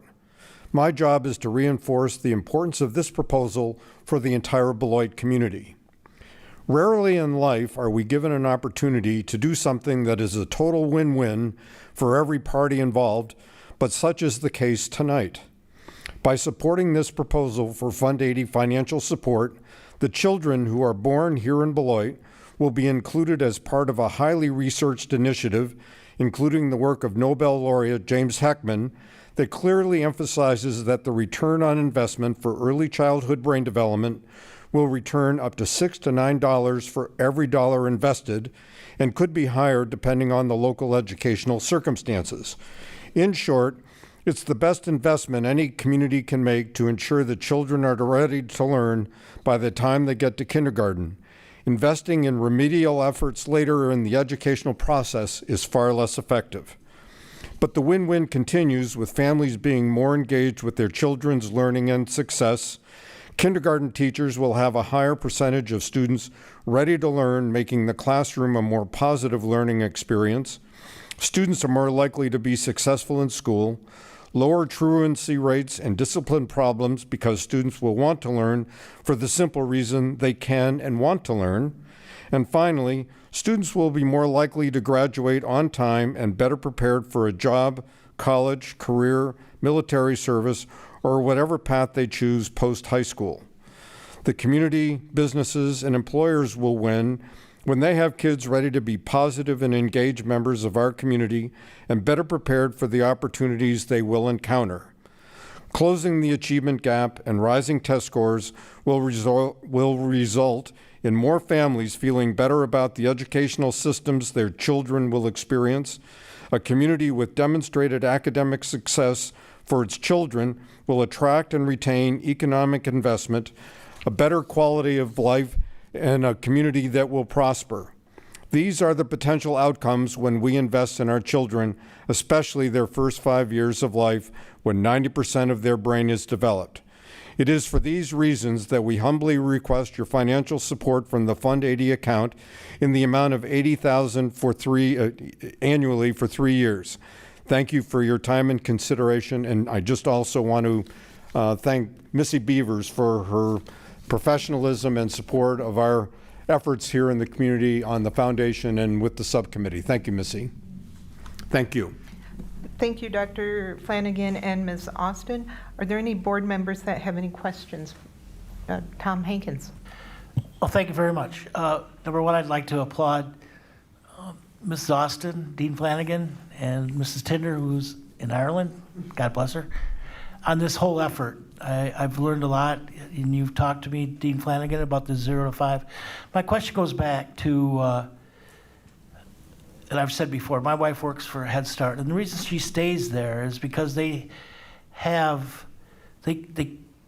do like 3 or 6, 3 every half year check-ins with the families. They teach the families how to be better parents to this.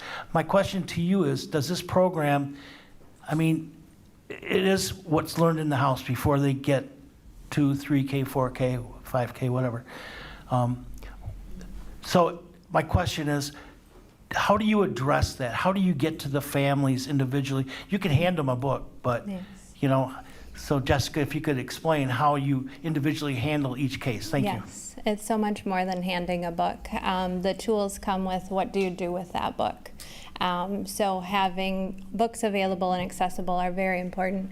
What we do is through partnership. So we are partnered with Head Start. We work to share out icons and models so that families, when they see those icons, they see them as learning moments.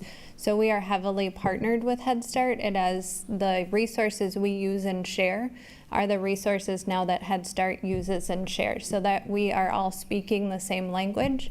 So when parents hear maximize love, manage stress, that signals this is a learning moment, I need to pay attention. These are easy, simple tools that make learning easy for parents.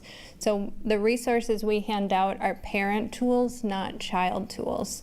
We want to better succeed and fill toolboxes of parents so that they know the job they have and they know the job that they can do with their children when they're young. So partnership is everything, and how we get those tools out to our partners is the work we do. Not to belabor this, but understand you give out the toolkit at birth? Yes. To the parents? Yes. And then you do a follow-up right away, or? We're working to deeper integrate partnerships with the physicians. Right now, our partnership is deeply integrated through the 3 birthing hospitals in Rock County. So they receive a toolkit, information, and that information is delivered through the nursing staff. Beloit Health System is heavily partnered SSM and Mercy. Excellent. Thank you very much. Carol Fox. You answered some of my questions. I was just wondering what other funding, I mean, this is obviously just a piece of your total funding, and that you have it very nicely laid out. I just was kind of wondering what some of your other funding sources are and how this would play in with some of those other sources. Right, so we have very wonderful philanthropic donors that have made this work accessible and who are continuously donating to see that these efforts succeed. There have been other communities with successful models just as ours, and seeing the raising test scores. Unfortunately, we don't have a kindergarten readiness assessment to see that community temperature, but other states that have similar models to what we are sharing out continuously see the kindergarten readiness assessment percentages increase. Anything else? Megan Miller. Thank you so much. So obviously huge supporter, and Jessica was my oldest child's very first caregiver, so remain a huge fan, so thank you for that. You know, as a reading teacher, 100%, this is really important. And one thing I wanted to, I'm obviously in support of this 100%. Curious if you see, I guess like you talked about partnerships with Head Start, to what extent are you already partnering with Even Start? Yes, so Even Start, Cindy is on the committee that drives my work. We have one of our Read, Talk, Play While You Wait stations, so they are deeper integrating with the families. So everything, like I said before, is parent support. So how do we give parents those tools to fill their toolbox? So they are now going to be doing parent learning sessions utilizing the basics and the resources so that we all, I'm a hand talker. So we are all continuously speaking the same language. So all of our resources are in English and Spanish to better accommodate all those in our community. That's outstanding. I have 2 other questions. So like every time we do something as a board, there's like the right away impact, and then there's the long-term impact. So I am curious if you had, you know, like assuming like optimal circumstances, what is your ideal vision for where this partnership can go? Like if you had like endless resources, what would your vision be? That was actually a big struggle of mine, thinking 3 years, because I see the long-term vision, so taking those steps back on how do we build this, because obviously great things take time. So through this partnership, I can see it evolving to bring in the educational supports within childcares. Professional development is difficult, and you are reaping the benefit of the educational systems in childcare. So we have to do a better job at educating those who are educating the children in the systems. So finding a common PD model within 4K and kindergarten would eliminate resources, but also better prepare children before they come into school. So that is one of the longer term models, and also bridging the gap from not school into school, so into that 4K kindergarten. We often prepare children long-term for college. We do walkthroughs, we do tours, we understand where your dorm is going to be, you know the campus, you get to school, you have all of that. but magically 4K, we line them up in a line and give them a kiss on their head and they're there. So going through one of the most stressful times in a child's life, we want them to already know their school. We want to understand that they are prepared to enter through that door, that parents have full trust, and I think that comes when you open the doors before that kindergarten day. So having that understanding that the school is already a safe place for you to be. Oh, that's beautiful, and I think that very much is something that is needed, very much so. So later on in our agenda, we're talking about our board's goals that we set for our district. And so I guess a question I would have for you that's going to go to my colleagues later is, without in any way like taking away from spotlight on the powerful and important work that you're doing that I hope we continuously support you in doing. I think that part of our charges as a school district is to continue working with a variety of community partnerships to really to meet all needs. Like, for example, I know for quite a long time now we've had like the Imagination Library and things like, and I think it's part of our job as a district to help resource navigate, right, for families to piece those things together. Yes. So to what extent, I guess, like, is that something that matches your interest? So like, not taking away, right? But if the direction of the district is to go continuously toward like more of like a literacy community outreach, like, because we know our kiddos, the way that they perform and are able to perform academically in school is very much determined by outside factors that we can't control. So to the greatest extent that we can, like, how do we support our families and students? That's something that you're interested in kind of continuing a conversation. Yes, we want every family to succeed. Our work is driven throughout the county. This proposal is specific to Beloit,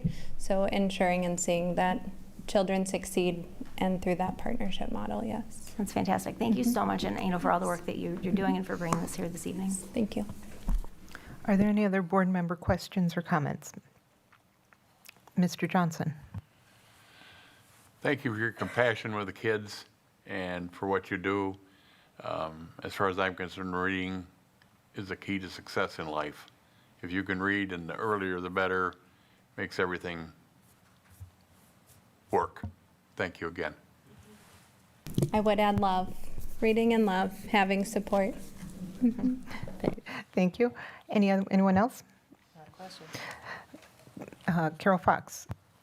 I move approval of providing $80,000 annually for 3 years for Read, Talk, Play, utilizing Fund 80.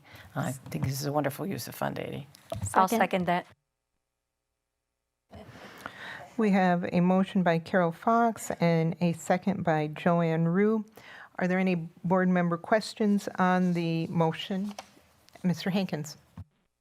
Yeah, I just want to go back to Fund 80 for a second, and Ms. Elwood.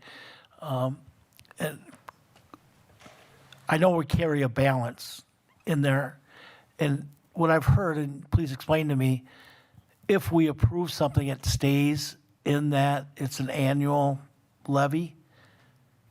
I mean, they're asking for 3 years. Now, after 3 years, does that disappear, or do they have to re-up, or does it just stay? Just explain that to me, please. So if the board approves it for 3 years, yes, you could use that for 3 years. And then depending on what the fund balance is, we need to look at what the levy would need to be. If there's a fund balance in Fund 80, we wouldn't need to levy as much to cover the $80,000 a year. The other portion of this, though, is that yes, you can make this request that we put it in Fund 80, but it first needs to be approved by the Department of Public Instruction and our auditors to be able to be allowed to be in Fund 80, excuse me, when we finalize the budget in October. Okay, thank you. I knew we had to go through that hoop anyways, but I'm just asking, after the 3 years.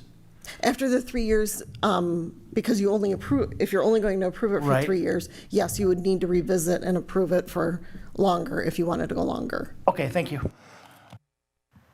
Do I need to modify the motion to that we are moving it forward to getting approval from DPI, or can we just stick with the motion and see what happens? If somebody would like to make that amendment, just to keep things germane, that would be appreciated. May I ask a clarifying question? So just looking at the motion language, the way it was stated, and it says on here, I just want to double check that Oh, you didn't read, there wasn't a recommended action. Okay, I see. Did you say, Ms. Fox, like funded through Fund 80 in your motion language? I did. Okay, and I think like 1 of 7, I mean, I feel like that's implied if that's part of the process. What would you want to add to make? Executive Director Elwood, are you comfortable with this motion the way it's stated and the process that you have to go through now? I think we need to add in the language that it needs to be approved by the DPI. Okay. So we can add to it pending DPI approval. That would do it? Sure, I'll move that amendment. Is there a second to the amendment? I'll second it. Yep. So are there any questions to the amendment at this point? Okay, we are voting on the amendment to the original motion, and the amendment is pending approval from the DPI. Mrs. Shope, do you have any questions right now? Okay, all in favor? Aye. Aye. Aye. Aye. Any opposed? The amendment motion carries unanimously. Now we are voting on the original motion by Carol Fox, seconded by Joanne Rue. Any questions before we take this vote on what we're voting on? Okay, all in favor? Aye. Aye. Aye. Aye. Any opposed? Motion carries unanimously. Thank you, Ms. Austin and Dr. Flanagan. Next up, we've got the 2025-2026 report on district goals. The purpose of this is to update board members on the status of the district goals from 2025-2026. Dr. Anderson.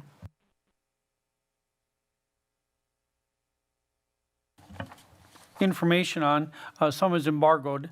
Your first goal dealt with student achievement, and you wanted the English language, arts, and math in grades 3 through 8 to increase the percentage of students rated proficient or advanced by 5%, and also wanted the ACT and pre-ACT grades 10 through 12 to boost the percentage meeting reading and math benchmarks by 5%. I cannot give you the answer on the first one because that information is embargoed until, I think, October. Once the information does not become embargoed, they will make a presentation at that time. But I can give you information on ACT. So in the ACT, our juniors in the area of reading, 12% met expectations in 24-25. This year, in 25-26, we had 20% of our juniors meeting expectations. So we did increase by 8%. Now, it still means that even this year, 80% did not meet, but it did increase from 12% to 20% in reading for our juniors. Math, however, we had 6% in 24-25 that met the standards. In 25-26, we only had 5%, so we actually went down for math for the ACT for juniors. In our pre-ACT, which is our freshmen and sophomores, in 24-25, we had 14% of our students being on target. In 25-26, we actually decreased, and we only have 11% of our students on target. And in the area of math, in 24-25, we had 7% that were on target. This year we have 9% on target. So as far as meeting the goals for pre-ACT and ACT, increasing by 5%, we only did that in one category. The second was on student attendance, and that was to improve the district-wide attendance metric from 86 to 92%, and to reduce the chronic attendance rate from 46% to 36%. Our attendance rate did increase from 86% to 87.6%, and our chronic attendance rate did decrease from 46 to 44.6. So it didn't reach the levels that we had expected, but they were going in the right direction. The next one dealt with student conduct, behavior, safety, and also staff retention, compensation, and well-being, and there were numerous factors. One dealt with the pulse checks. Dr. Kim Earhart is working on that. I know that the staff members took that at the end of the school year in each of the meetings. So I know he'll be compiling that and probably bringing that to the board at a later time. Another was was climate survey. They usually do a climate survey every year. However, the last one was done in 24-25, and that was actually presented to the board in February of 25. There was not a survey done this year, so there's no recent data to give you. The board usually does an end of the year survey. That at this point I don't think has yet been completed. And the other one is staff exit surveys. At this point we have 24 staff members who have left the district who have completed the exit survey. However, the HR department would like us to wait until July or August when they had a larger sampling size of those who have left to give a report. So that is the information I have on the district goals for 25-26. Thank you, Dr. Anderson. Are there any board member questions or comments? Carol? I'm sorry, Vice I was trying President to raise Fox. my hand. I couldn't get to the right screen. The goals are just sort of a broad target. And what we really need as a board is much more specific information and better information about what kinds of things we're looking at. I was at the TLE meeting and we just approved all of these assessment data things, and I know we're assessing the life out of our kids and our teachers are doing it all the time, and yet we don't see any assessment data. And I really think that we need to have a much larger report that covers the assessment data. We don't have to wait for WKCE because it's kind of late. We have a whole ton of our own assessment data that we should be looking at. I think we certainly need to be disaggregating our data, and we need to be looking at attendance data that way as well. I'd like to see the data by school. I'd like to see it by grade level. I'd like to see it by ethnicity. I think we need to be able to look at this data a lot more thoroughly.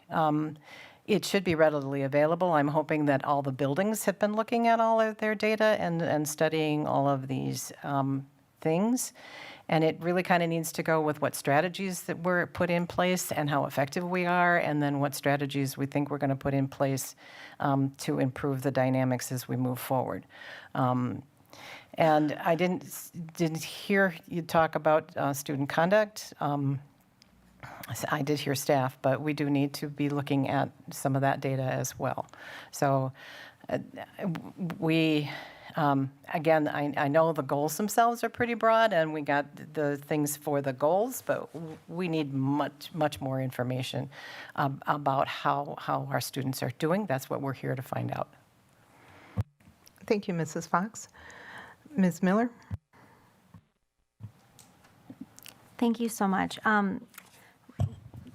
Board Vice President Fox, I was so happy to hear what you said about our reporting, because one of the things that's coming up, I think later on the agenda, has to do with one of the tools that we're looking at, or that we're going to be using to some extent, is NextPath.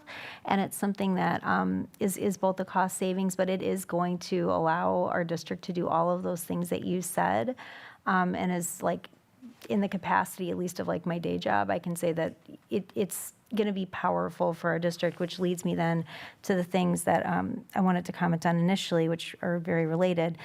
This is going to shock all of you to hear me say this, but I really would love it if the board could partner with our administration to look at a needs assessment for our students, because I would similarly like to know, where are we seeing growth, in what capacities? What are we doing that is working that we need to sustain? Our budget is a document that should act to fund and, fuel, right, the way that we carry out the mission of our district, which is to support primarily, academic growth for our students and to meet their needs. So in order to do that, we need to know what needs to be sustained.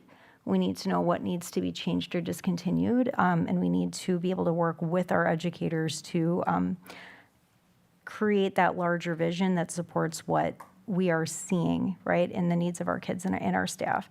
So I don't know exactly what the vision is for what we do next with board goals, but I wholeheartedly agree that we need them to be like SMART goals. They need to say, you know, this is the vision. I'd like that vision to be created in tandem with our administration, because I think we're all going to be on the same page that we want to talk about literacy. We want to talk about math, right? And I don't think anybody's going to disagree about what needs to be prioritized, but I think that the way our goals are written should be informed by the current data that we have, which I think really fits what I just heard Board Member Fox discuss.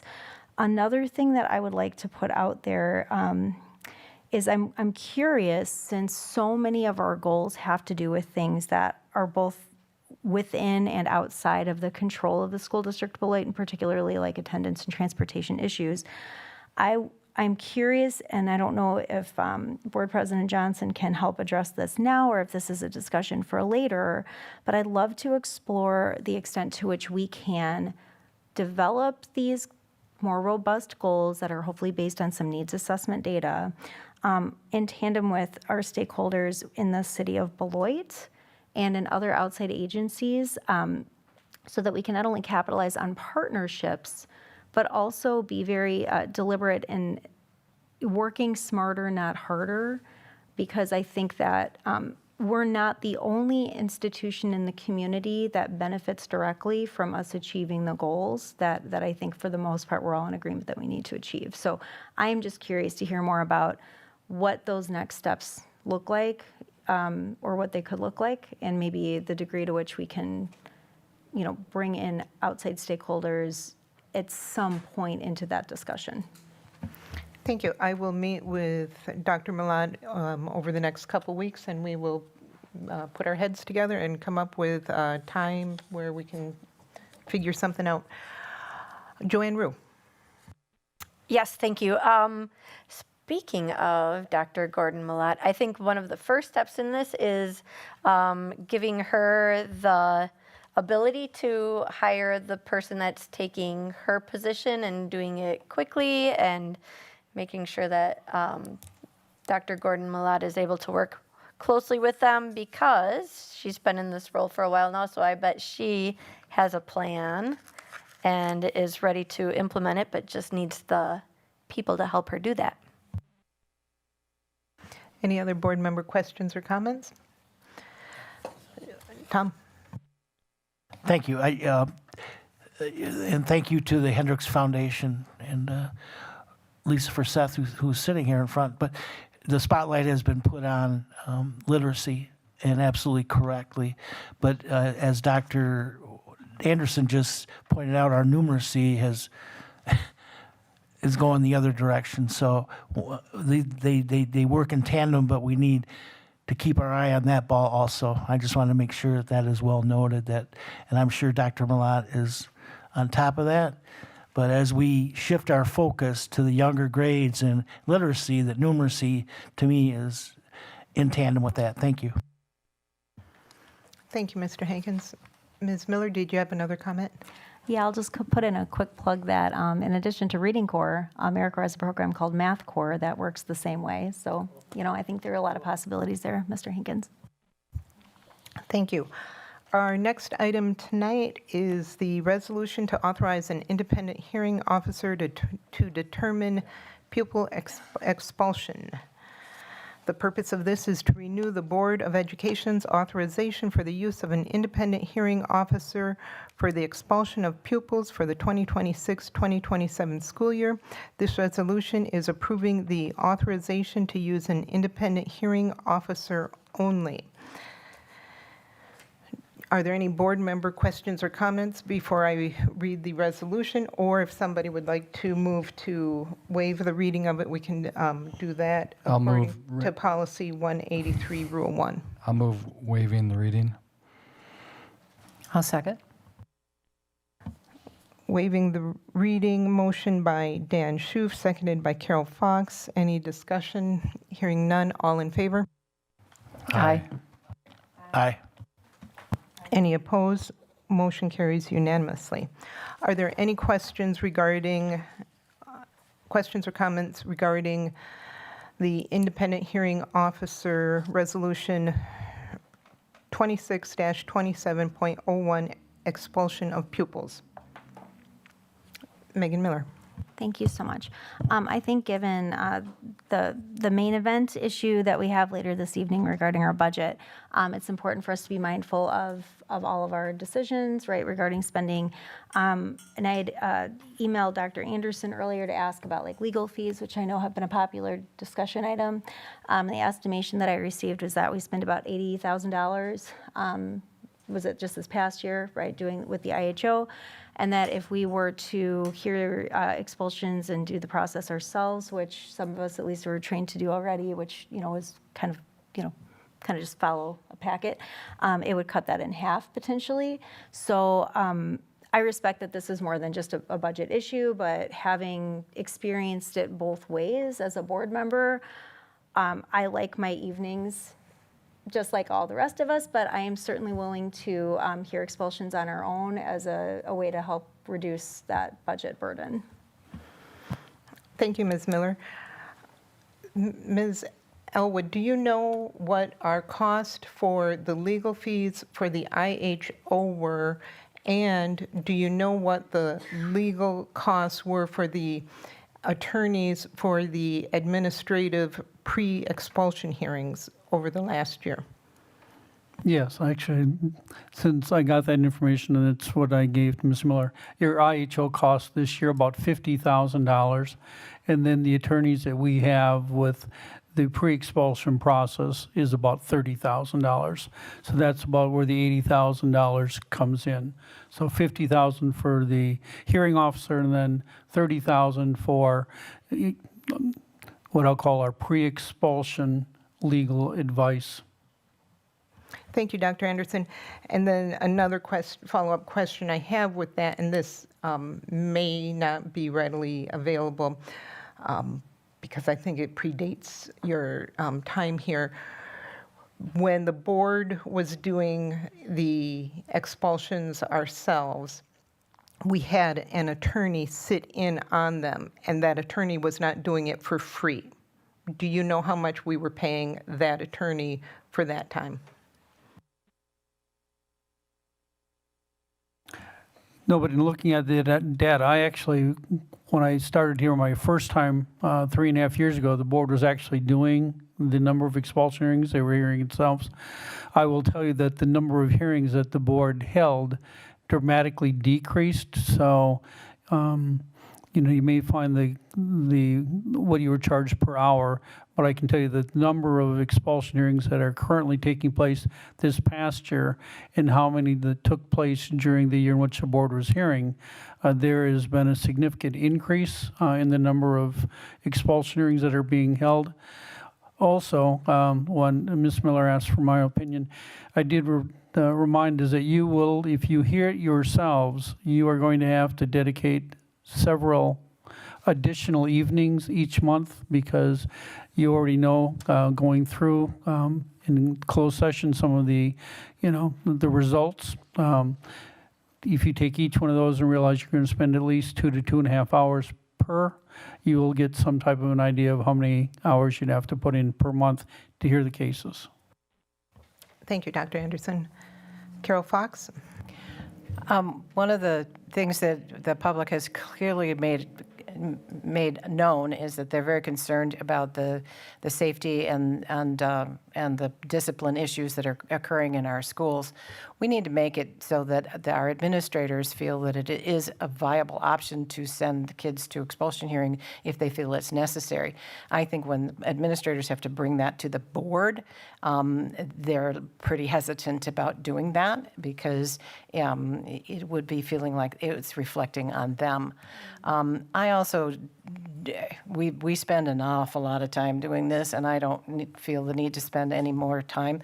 I'd be glad, I mean, it's not much, but if you need my $400 a month to pay for the a hearing officer, I'd be glad to do that, because I have no desire to do this. Thank you. Any other board members? Dan? Just a quick comment. I've been through a couple of the closed session, and I've been just want to compliment my colleagues. Every meeting we've had, every member has read every word of the packet, and when we affirm or modify a decision. So I've been really impressed with the work that is put in already in this process, and I'll support the recommended action whenever the motion comes up. Thank you. Are there any other board members? Yeah, I want to make certain everybody no. who hasn't spoken yet has an opportunity before we circle back around. Ms. Miller? Nope, totally, and thank you for doing that. I appreciate that. I would just say that, Ms. Fox, I appreciate that you brought up, kind of like the concern, right, that admin had expressed.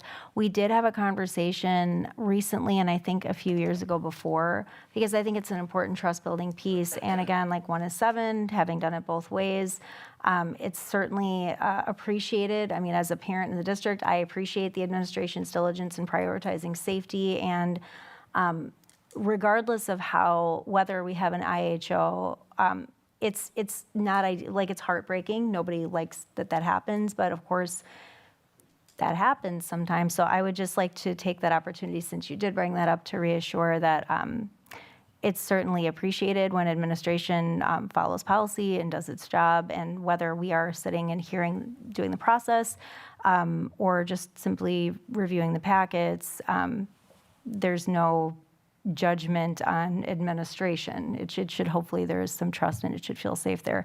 Again, I'm still, because of the cost savings, this is something that isn't a direct classroom piece. I'm interested in not supporting an IHO.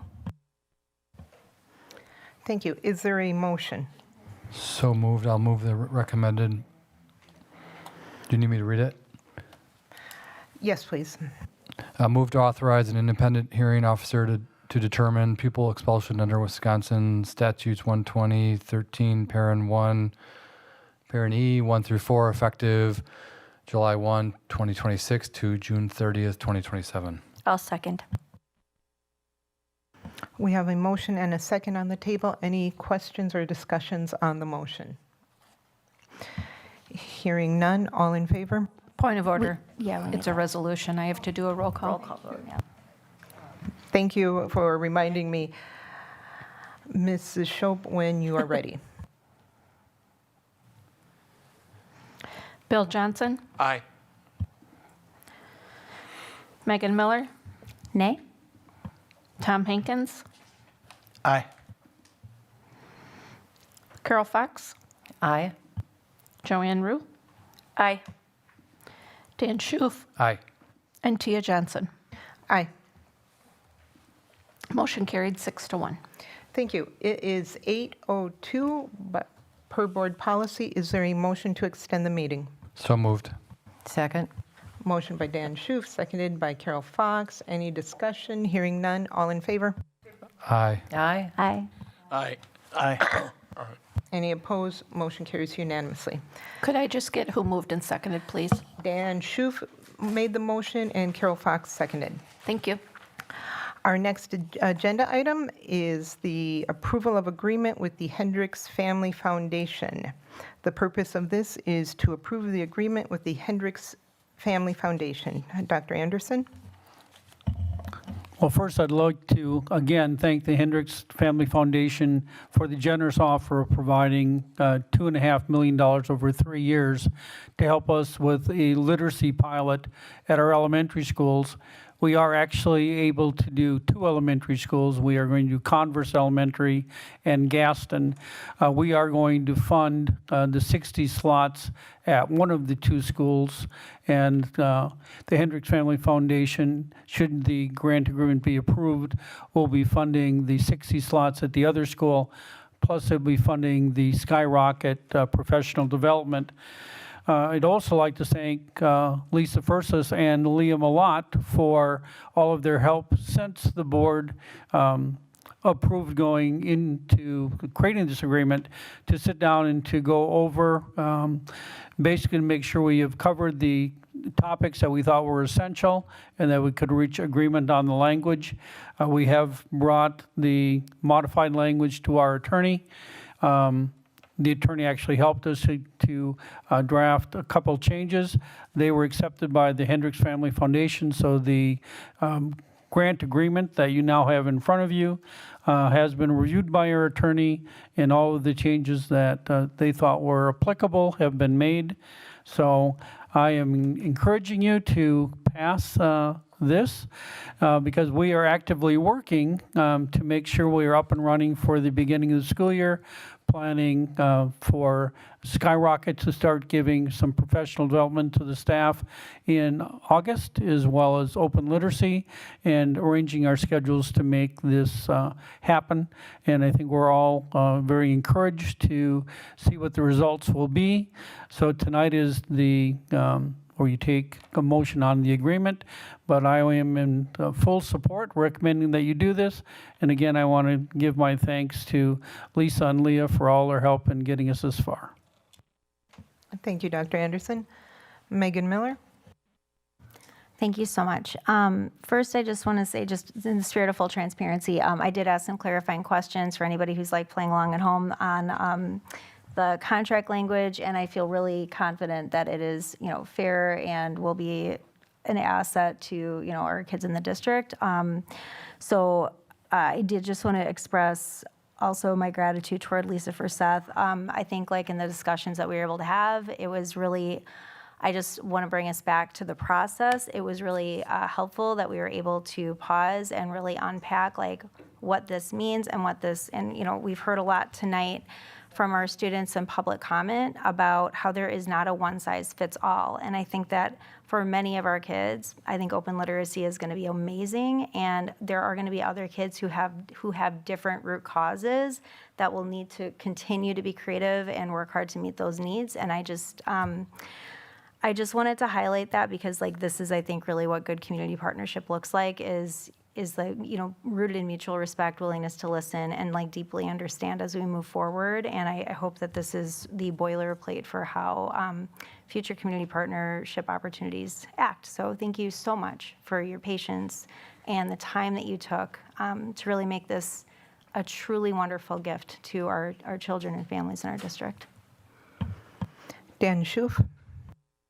Yes, thank you. So one of the things that I'm trying to do is listen carefully to my colleagues and do our homework. So as a new board member, I just want to express my appreciation. I've been getting up to speed on this agreement and this proposal, which again, thanks to the Hendricks Family Foundation for providing this in 2 of our schools. But I also want to say thank you to my colleagues and to Brian and Amy. I had a chance to go back and read the minutes, especially of the workshop you had on I think Saturday, February 28th. So we don't always talk about times where any board does really good work and digs in and does that. And I want to commend you all for that work you all did and brought us to this point where we can finalize it tonight. So thank you. Any other board members? Here's my thank you. I move approval of the agreement with the Hendricks Family Foundation for literacy. I second it. Motion by Carol Fox, seconded by Bill Johnson. Any discussion on the motion? Dan, is your hand still up? Okay. All in favor? Aye. Aye. Aye. Any opposed? Motion carries unanimously. Thank you so much. Thank you, Lisa and the Hendricks Family Foundation for this very kind offer, generous offer, and we are looking forward to it. Our next agenda item is policy 470, Rule 1, student fees. Student fees, fines, charges, and this is for first reading. Dr. Anderson and Executive Director Elwood. Well, first, I'd like to just remind everybody, this is a first reading, so what will happen is that these 4 policies went through the policy committee. We made suggested changes to bring them to the board. Now, the board has a chance to read and comment. If there are any changes that you would like on any of these 4 policies, please contact either myself, Leah, or any one of the policy committee. And then what we'll do is we'll take this up at our next meeting, make any additional changes that might be suggested, bring them back to you in another month for your second reading and approval. So so basically you have a month period now to determine if there's any additional changes you'd have or any questions on any of the changes that you'd like to see made. Thank you.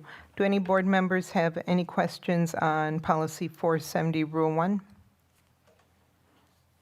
Hearing none is, oh, Megan, go ahead. I'm not very quick to click the thing tonight, I'm sorry. I just had, this is kind of a tedious clarifying question. Is this something that would need to be modified depending on what we end up doing with the budget for middle school athletics? Because I noticed that, I'm sorry, I don't have the page number. Looks like maybe like the third page down. There's a discussion, yeah, there's a highlighted, or sorry, there's a heading that says co-curricular and extracurricular fees. So like, I mean, I have no objection to passing the policy on to second reading, but is that something that we want to wait to do until after we figure out middle school athletics? Or I guess it's just a question to my colleagues in terms of process and efficient use of time, but I'm cool either way. So the fee for middle school sports, if we choose to put the middle school sports program into Fund 80, would follow. It would also be in Fund 80, yes, that'd be the only change. And I have to be honest with you, because of the waiver of school fees, it's a very small collection anyway. No, I figured, we want to stay in compliance with policy. I just didn't want us to create an inefficiency and then, oh, we got to go back to this. So I just wanted to clear that up. Thank you. Any other questions? Is there a motion? Does need to be any motions on these? It says a recommended motion, approval for. We don't have any changes. Okay. Which we don't have any changes. Okay. Right? So you're right. You're right. Okay, so then we are on policy 6. What? We could do approval because there weren't any changes, correct?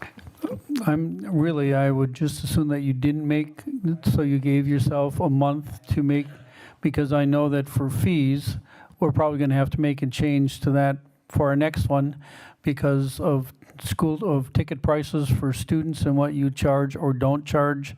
We just had a meeting today, and I know that will be something that impacts this particular policy. So really, if you use the first reading as simply a time to take a look, if there are questions that you can then give us so we can make any changes. But it gives you a month to read, digest, and ask questions, and then approval at the second reading. Okay, are there any questions or comments about policy 671.2 Rule 1 guidelines regulating expense reimbursement? Tom Hankins. Thank you. And listening to Dr. Anderson and that detailed explanation, is that just applying to this one, Dr. Anderson, or are all the ones? They're all. All of these are first readings. All of the Correct. policies. But what I'm asking, do you see any changes that, like you just told us, might happen? I don't know that, it's hard for me to tell you that whether or not there'll be any changes. We tried to cover as many things that we thought should be changed before we brought it here. But I have found that giving everybody a month to take a look and to read it, to make sure that you understand it, because I will tell you the things about policies that I think are extremely important that I've learned over my career. One is make sure the policy says what you want it to say for this district, and then you have to make certain we follow it, because what happens is policies are one of those things that get forgotten. As you just had experience when we were looking at trips earlier, that, things or language is put in there a number of years ago, it gets overlooked, it keeps going through, and all of a sudden you come to an issue and saying, well, I didn't realize it said that, or why does it say that? So you want to make sure the policy says what you want it to say, and then you want to make certain that that is a policy that you are going to expect to be followed the way that is written. So giving yourselves a month to read it to make sure that it does say those things, I think is important. Any questions or comments for policy 671.2 Rule 1? Okay, we will move on then to Policy 352, field trips, excursions, student travel, and Policy 352, Rule 1, walking trips guidelines with new titles, 352, field trips, and 352, Rule 1, field trips and field trip rules. Joanne? Yes, thank you. I'm trying to, okay. So it says all request forms must be completed with enough lead time for thorough review. Any request submitted without ample processing time will be denied. So is there somewhere where it lists that amount of time? Like if they're approved by the building principal, like the walking trips, those are usually pretty straightforward, or local single day trips are pretty straightforward. Is there somewhere where it explains to us how much time ahead of time you have to submit these?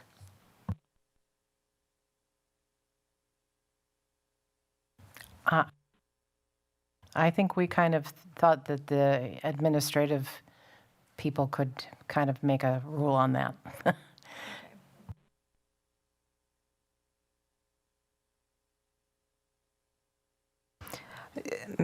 Joanne Rue, is your suggestion that we have a designated amount of time in the policy?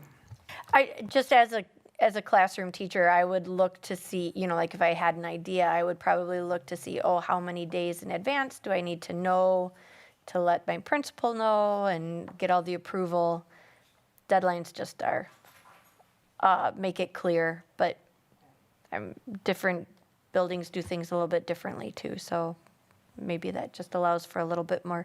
Maybe the building principals can be the ones that determine how much time ahead of time they need to fill out the paperwork.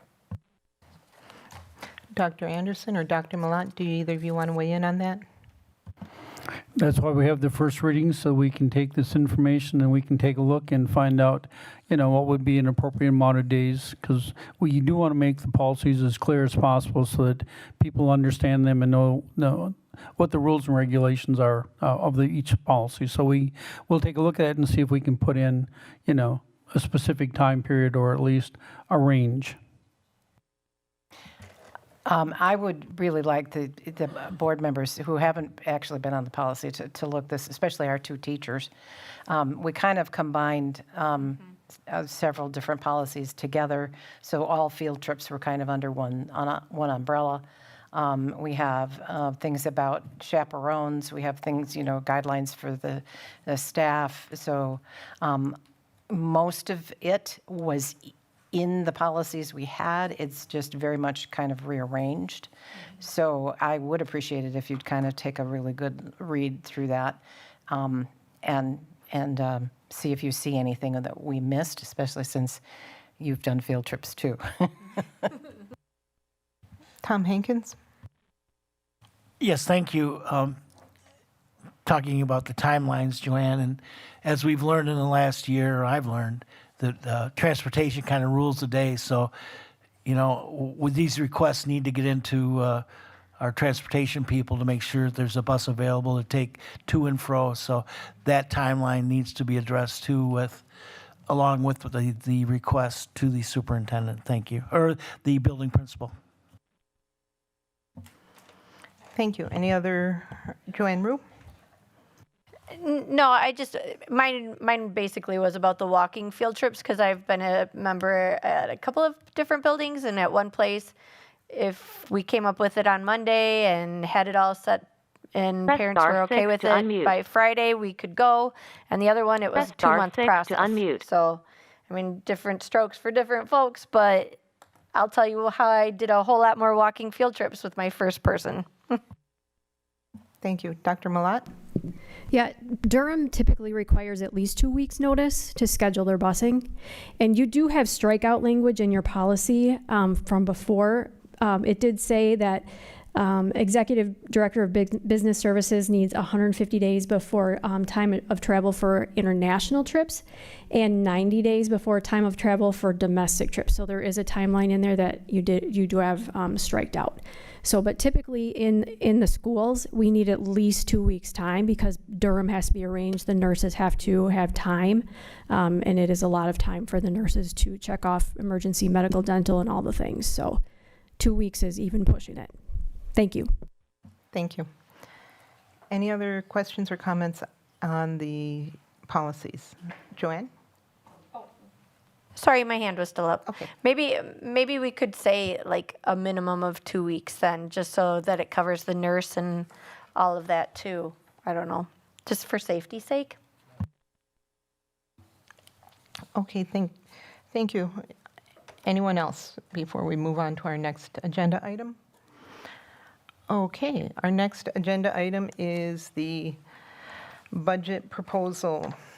Purpose of this is to share with board members the proposed budget reductions that administration has put together for the 26-27 school year. The administration has brought forward several options and is now presenting its final option based on feedback from the board members at several meetings, taking into consideration many factors, including staff feedback as well. And before I turn it over to Dr. Anderson, I do want to point out that oftentimes I have heard criticism against the board and the district as us not having clear goals. I'd like to respond to that, and that many of our district goals are actually enshrined in our policies. For example, Policy 610 is fiscal management goals, Policy 210 is administration goals, or Policy 710 is support services goals. The 100 series of our policies are the board policies, and our 110 goal policy is our mission statement. And I'm going to read that to you now. The mission of the School District of Beloit, committed to excellence and strengthened and enriched by diversity, is to prepare each student to compete, contribute, and thrive as an admirable citizen in a rapidly changing world by engaging students in a wide variety of high-quality, relevant programs in partnership with families, schools, and the state line community. Further, the district's vision statement is preparing and inspiring each student to succeed in life and contribute to an ever-changing world. Last board meeting, when we discussed the budget, there was some criticism against the board for not being able to come to a consensus. I will remind everyone, when we are looking at decision-making models, we start with our problem. I think there's no lack of understanding of what our problem is. We have a budget deficit this year. We have a greater budget deficit next year. We face continually dwindling enrollment. We have a set of objectives. The board has approved the board guidance for the 26-27 budget that was given to the administration. In this document, which was approved in April, it gives the administration direction and priorities. These priorities address the question of how do we place students in the instructional spaces that best meet their needs, with a priority of being student-focused. The board's guidance document lists these 3 priorities. Maintain existing district teacher-to-pupil ratio guidelines. This is laid out in Policy 343.2, class size. The second priority was preserve the focus on staff retention and recruitment by providing a 2.63% CPI increase for the professional staff and upcoming budget.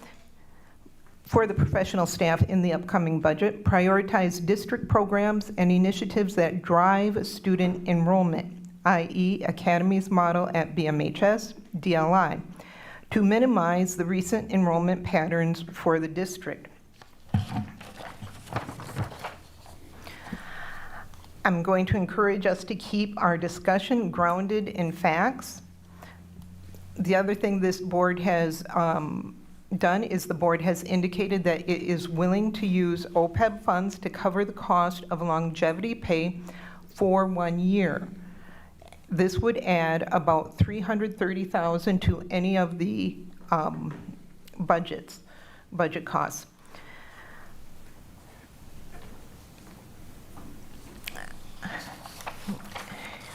And finally, at the last board meeting, We went down the line and asked what we were looking for, and many of the members, the majority of the members, said we were looking for a balanced budget. Again, this goes to policy 610, fiscal management goals. And while a balanced budget may not be achievable, I think for consensus building, it might be a good place to try to start and then work from there. How far off from balanced budget, how far deficit do we want to go? There are a lot of things we have to take into consideration aside from just we are in a bad situation right now. We also have to take in consideration not just the voices of all the people who were willing to come out tonight or willing to email and share their thoughts, but also the voices of the many Beloiters that don't come out, those Beloiters that share their voice at the ballot box. The other problem that we are dealing with is we had 3 consecutive years of failed referenda. Press star We 6 have to unmute. figure out why we are having failed referenda. If this community loves this school district so much, we have been doing something wrong. And I think we need to look at our budget, set our budget to align with our priorities, and start with a balanced budget and work from there. Dr. Anderson?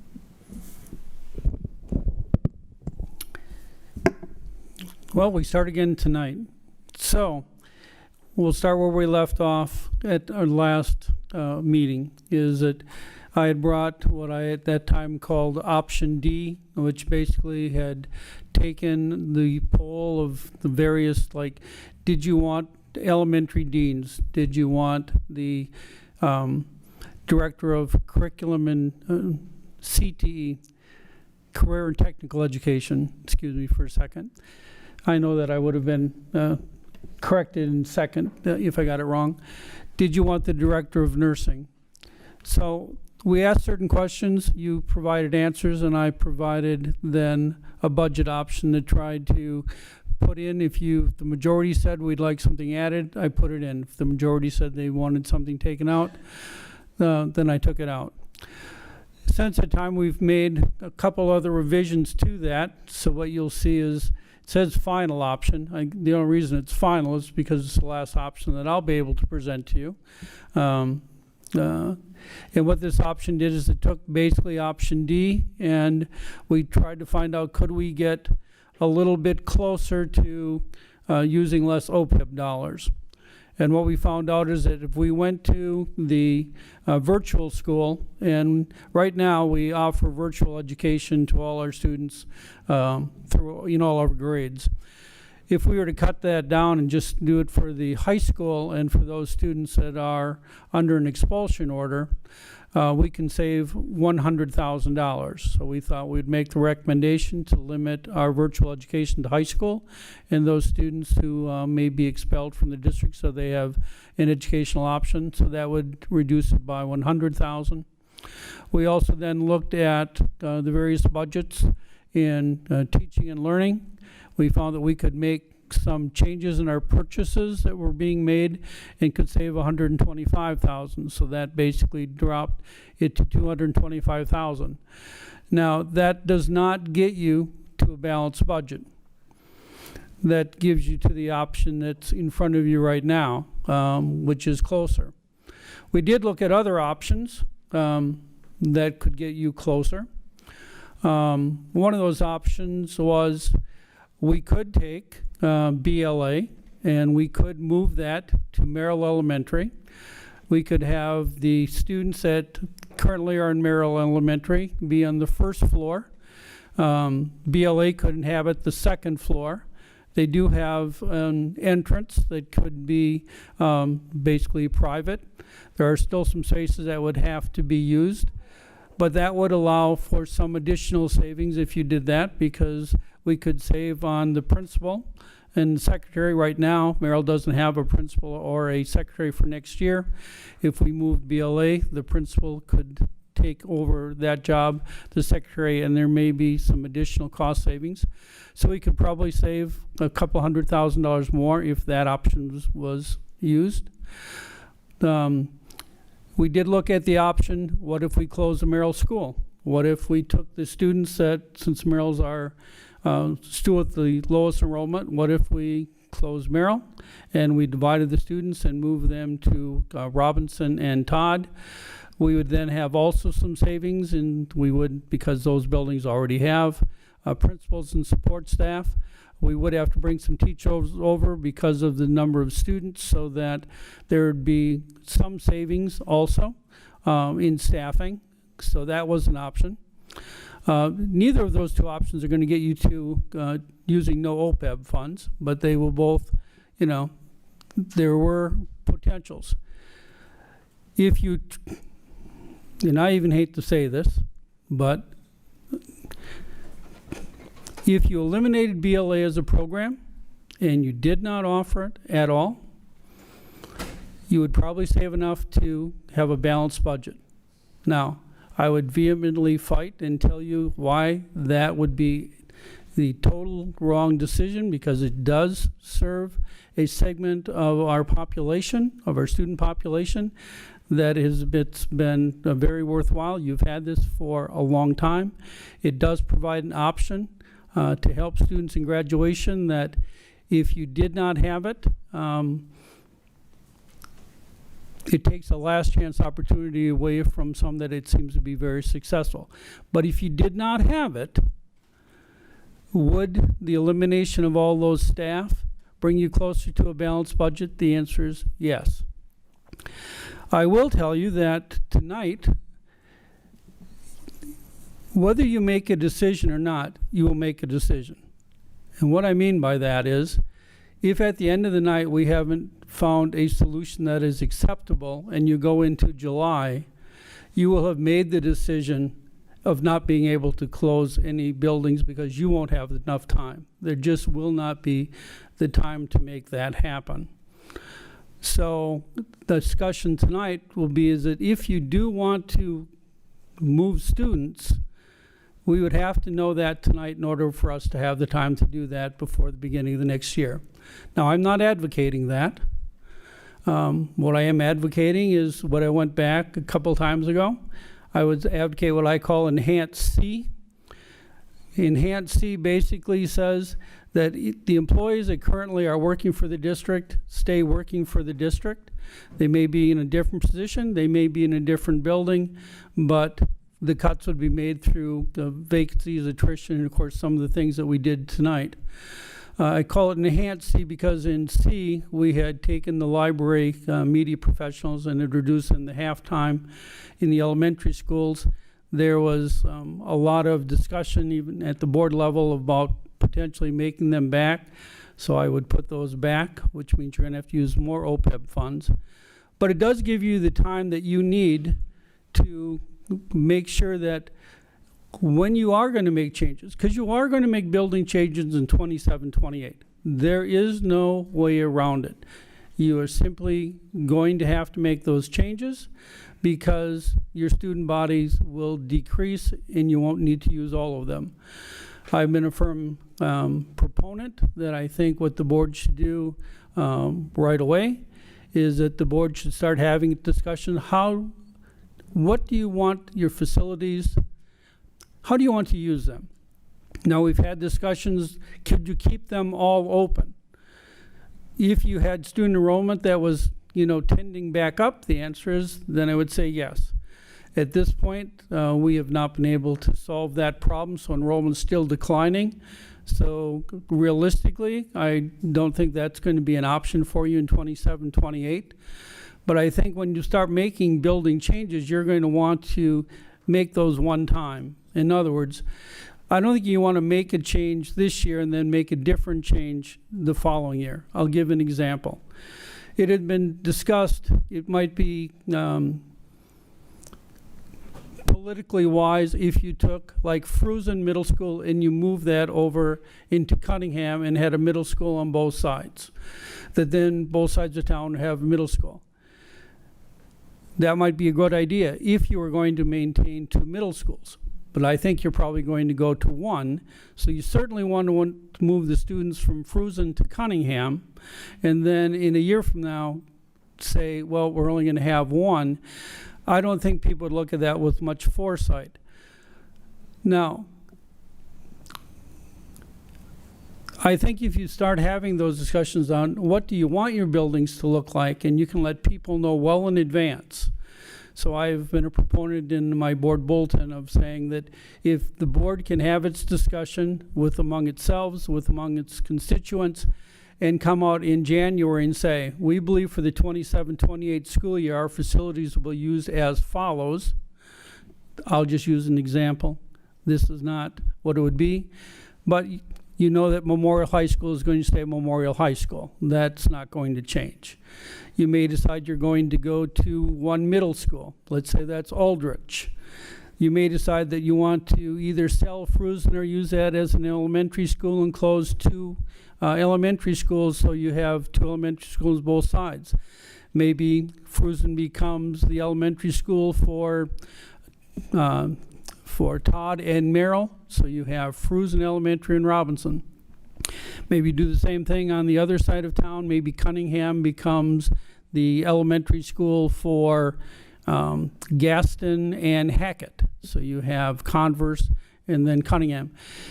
Whatever the situation will be, is if you give people enough time so they can make those changes, and if you do that, maybe Merrill Elementary School becomes where BLA would be and some of its auxiliary programs.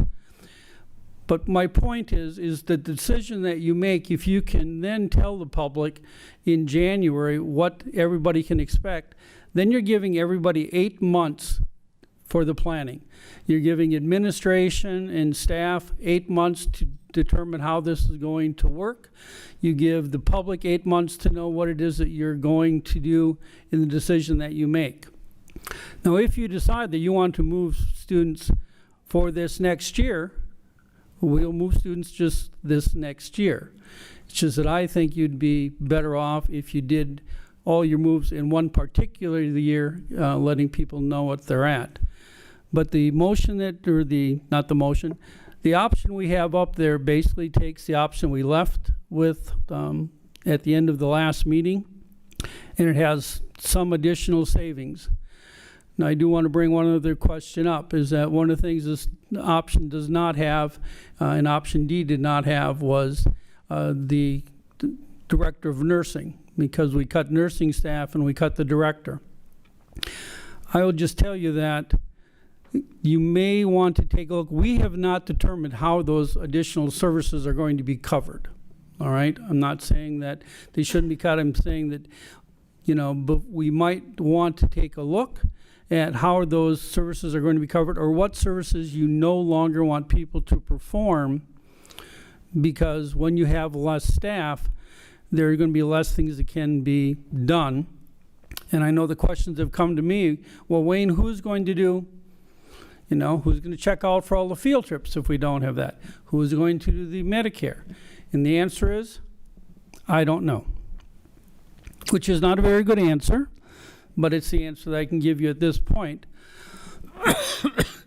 So that's why I'm advocating for what I call Enhanced C, because that gives a lot more time to determine how you're going to make these changes in the future. So I guess that's my opening So Dr. remarks. Anderson, for clarification, are you is option Enhanced C the same as option final? No. The option final is option D, which we covered last time, with some additional savings that we were able to find of about $275,000. So basically decreases option D by $275,000.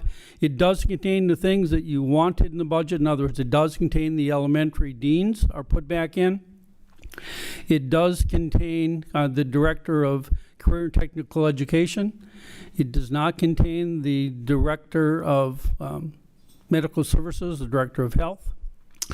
But it does get you closer. That is what the final option that we have. And like I said, that was based on polling the board members on things that they wanted to see in the budget, but we were able to find some additional savings.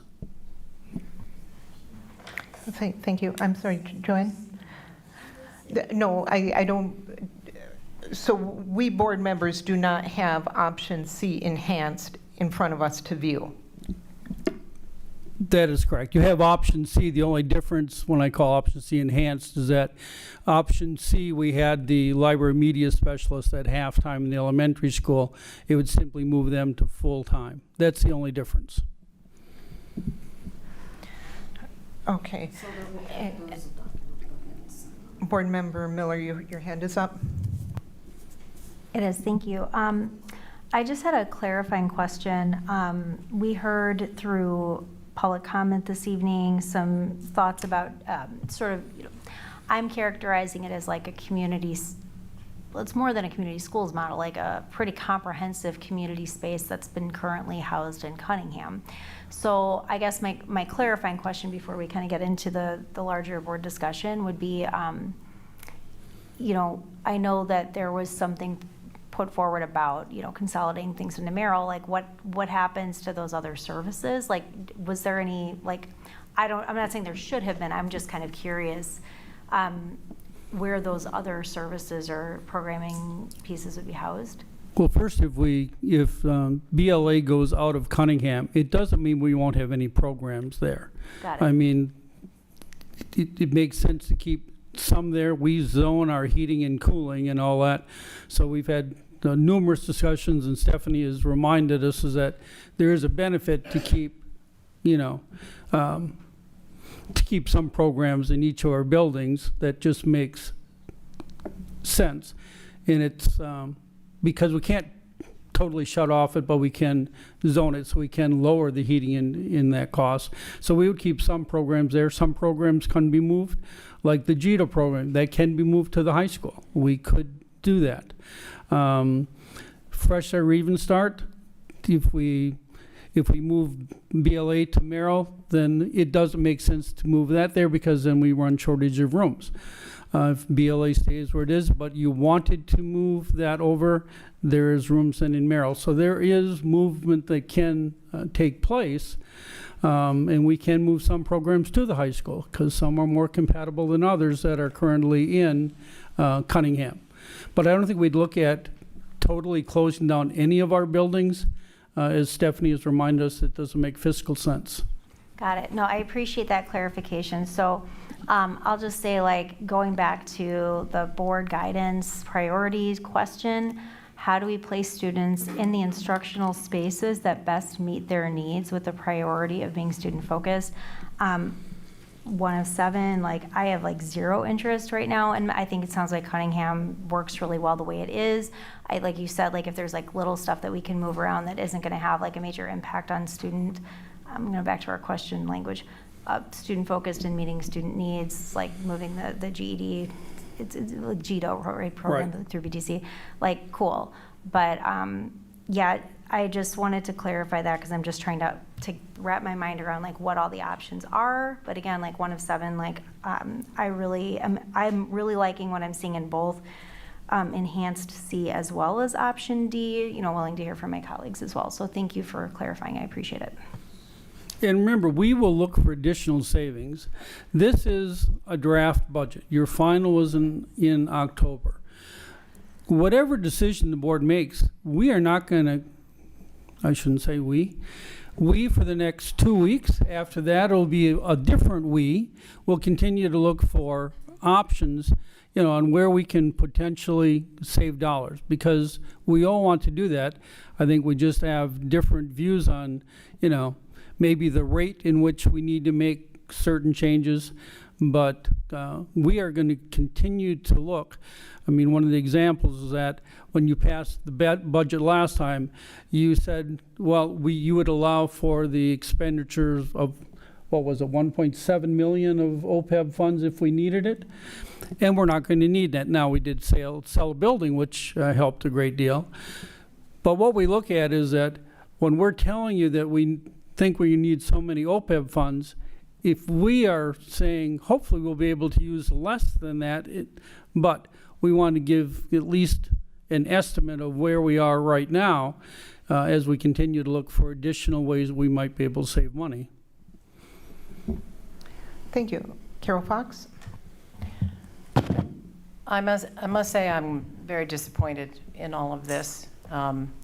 There was an option B on the table that had suggestions for changing some of the buildings and closing things around.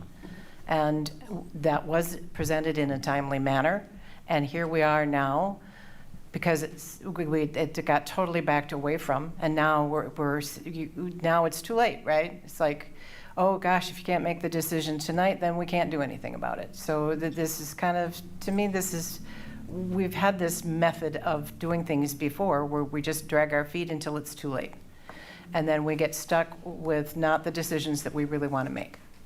And I'm also disappointed in the fact that somebody who was saying, you know, what, two and a half months ago, they highly recommend that we don't use OPEB money, and we're still not anywhere close to a balanced budget. We had several board members who asked for balanced budget. I asked for a budget to get below $1 million, and we're not there. We're just not there. And it's pretty disappointing. I just don't really know where to go with this at this point. I just really don't. You know, once again, it's kick the can down the road. And yeah, you know, we can do it next year and move everybody around all at once, but you know, it's just really disappointing. And there's lots of things in here that still need to be looked at. I mean, you know, we still put deans in all of our elementary schools. We're looking at Merrill School is going to have 174 students. That's 2 administrators for 174 students. That's 87 students per administrator. Are we really going to do that? I mean, why are we not looking at the realities of things? And the other thing that I asked for was a plan of what we were going to do and how we were going to use the Title I money and the AGR money. Now it looks all different, and I don't see a plan for what you're really planning, thinking of doing, and how this money is going to be spent. And so yeah, we've delayed again, and here we are. Joanne Rue. Yes, thank you. I think since we are at the end of June, I did visit Cunningham the other day. It's a beautiful building. I have a lot of concerns about moving people this late in the summer. We combined buildings a long time ago. I remember when Royce and Hackett were combined, and we met as a team in the spring. We came up with a plan to make us one community. The students had time to have closure in their buildings, to say goodbye to what they've always known there. Our schools, they're not as much neighborhood schools as they used to be, but they still are neighborhood schools. And I think that there's more than just packing up buildings and moving them across town or to another place. I think we need to allow our students and teachers to have time to bring closure to relationships and celebrate the accomplishments that they have. Cunningham itself, when I walked through the building, I was actually surprised at how much of the building is actively used after hearing how it wasn't. There are many programs housed under one roof, and each of those programs require special things. The transition program has a kitchen. They have a living area where the children can practice making beds and doing all of the things that you do at home. They learn how to sort laundry and do laundry. They have the food pantry there. Even Start takes up a large section of the building. They have a gorgeous library there. If we move them over to Merrill right now, I hear we're talking about 2 separate libraries.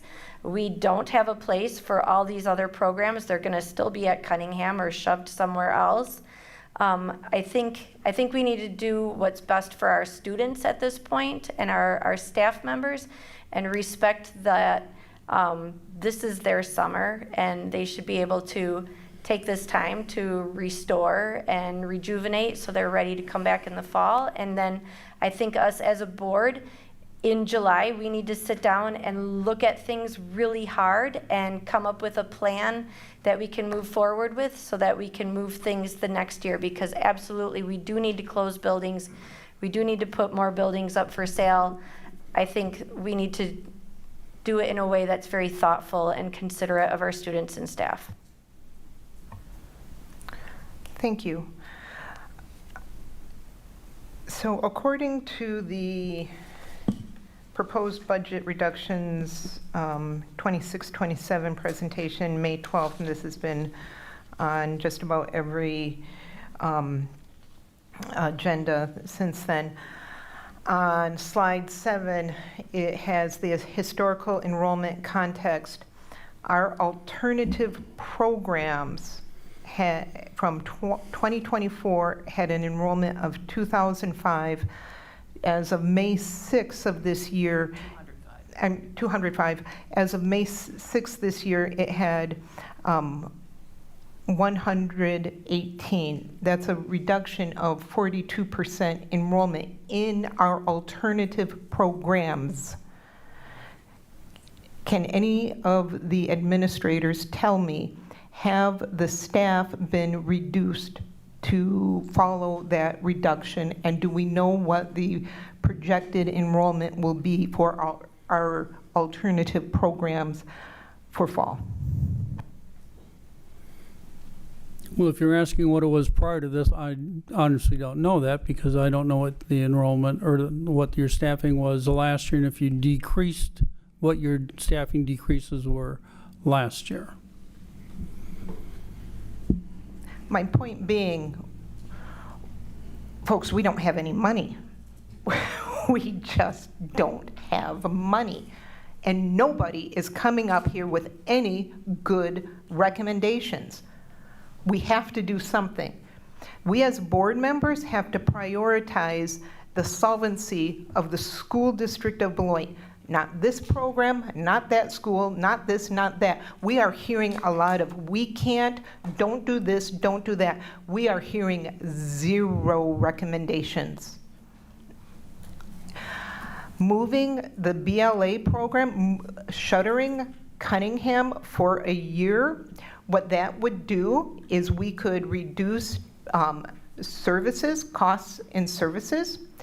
The high school, I will actually pull this out because I was taking notes. Who was the student? BLA teachers are the most caring, dedicated teachers who give their all. Amen to that, aren't they? Guess what? Every single teacher in the school district of Beloit is. Every single one. And I don't know if those students had stayed at the high school, if they would have had a different experience, because there are kind, loving teachers everywhere in this district. BLA, to my knowledge, has not made efforts to right size as the enrollment has drastically reduced. I don't know that we can continue doing this and go to our taxpayers and say, please give us money. I personally would love to live in a mansion, have lots of rooms, but my financial situation says no. You get paid $400 a month, and that's what you need to live in. I would suggest that we do a better job looking at how we are spending money.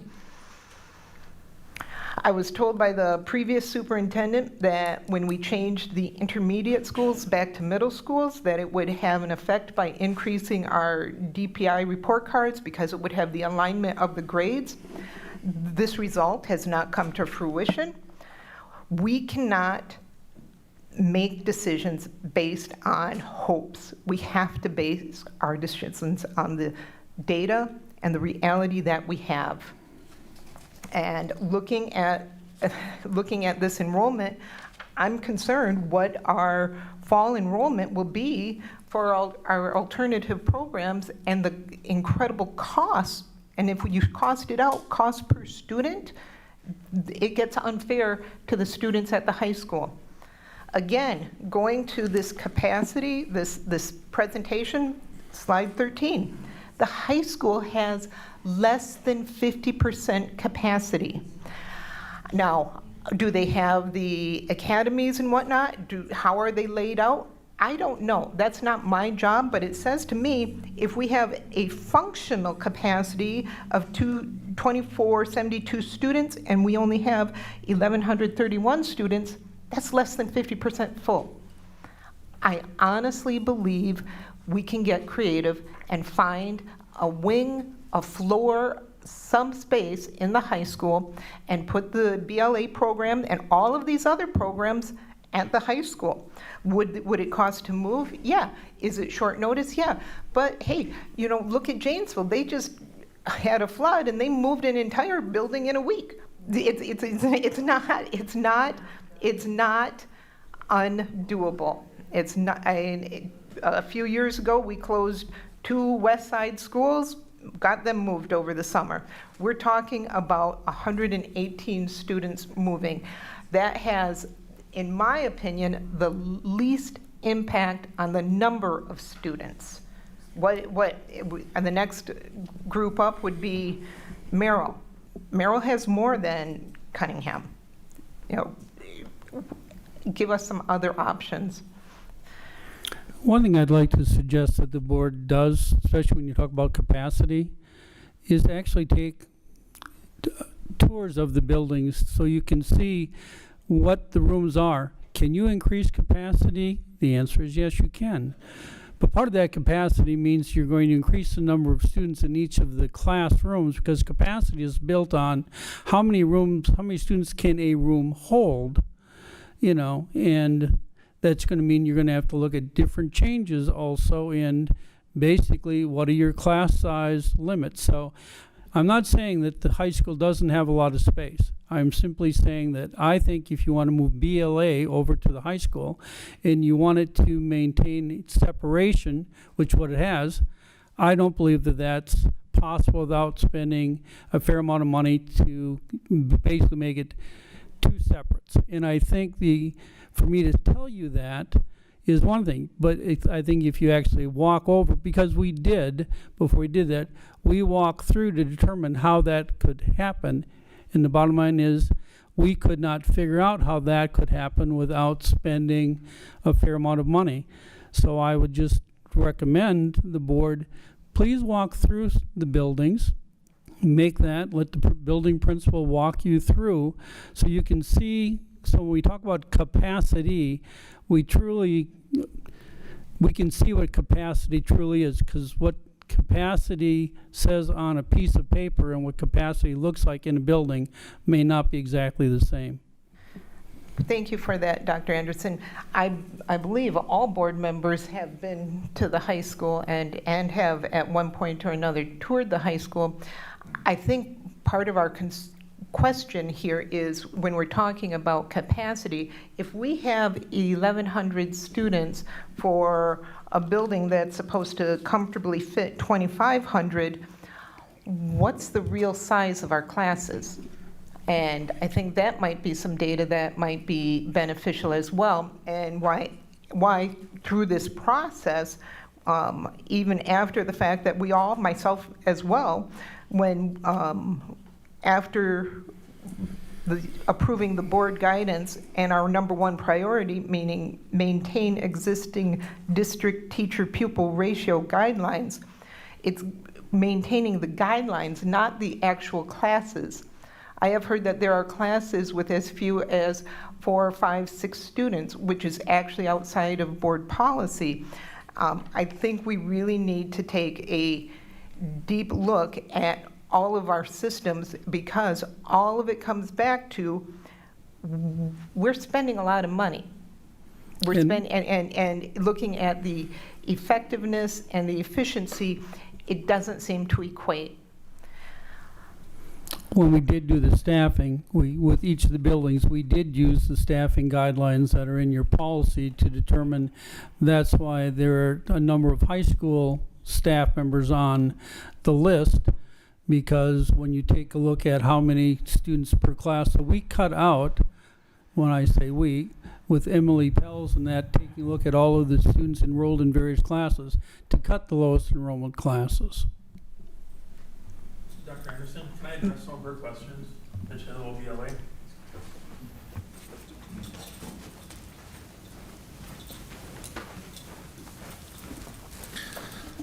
So answers a couple of your questions. We have reduced enrollment, but in the BLA entity before, some of the previous numbers included our early graduates and expelled students, and also our Fresh Start program.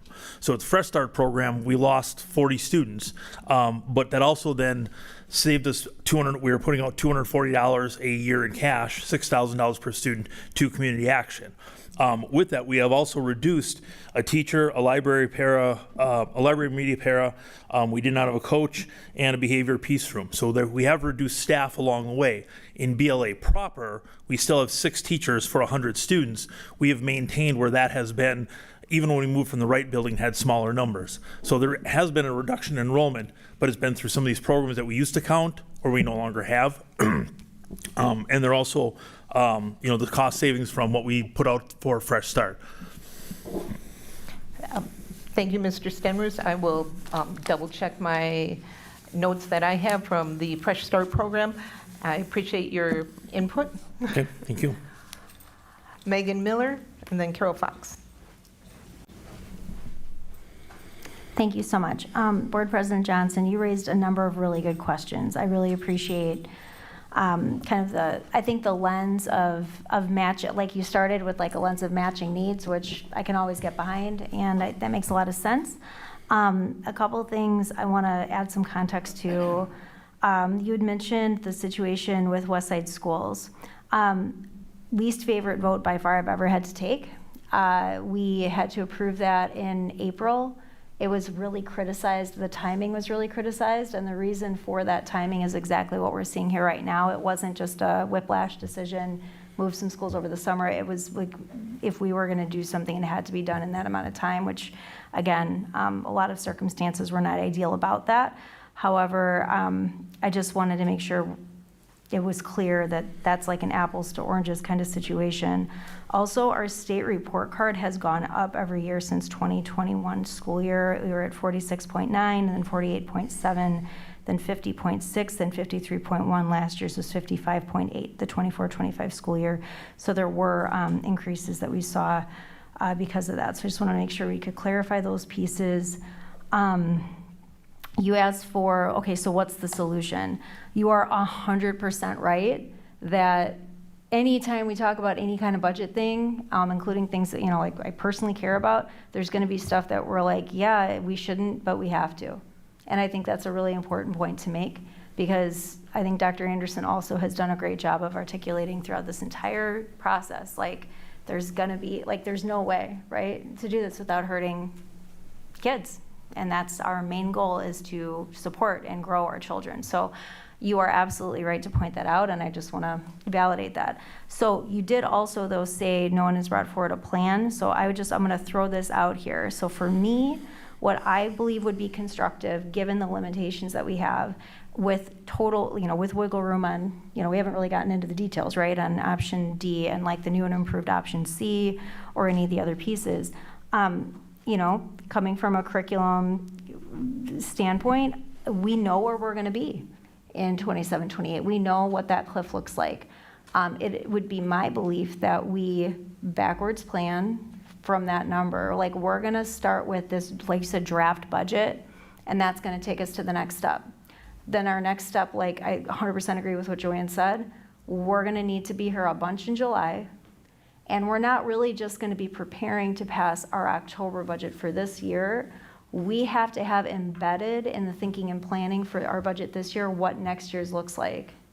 And so for me, I think the solution would be, what can we do this year that is feasible, that's like respectful to the capacity of our staff and families, of course, with the understanding that we're going to have at least a draft plan prior to January with what those facility changes will look like, because from what I've heard, and I don't want to put words in anybody's mouth, but what I'm not hearing really any disagreement from any of my colleagues up here about the reductions and the reimagining of like how we use facilities that's going to have to happen. I'm actually this is going to sound terrible, but I'm kind of like excited to have those conversations because it's painful, but it also comes with like this sort of hopeful visioning for like, how are we going to set ourselves up then to thrive in this new reality? So I want to be very careful about how I'm communicating, because Board President Johnson, like I don't, like definitely appreciate where you're coming from. And we disagree on a few pieces, but I think I am overall hearing a lot of consensus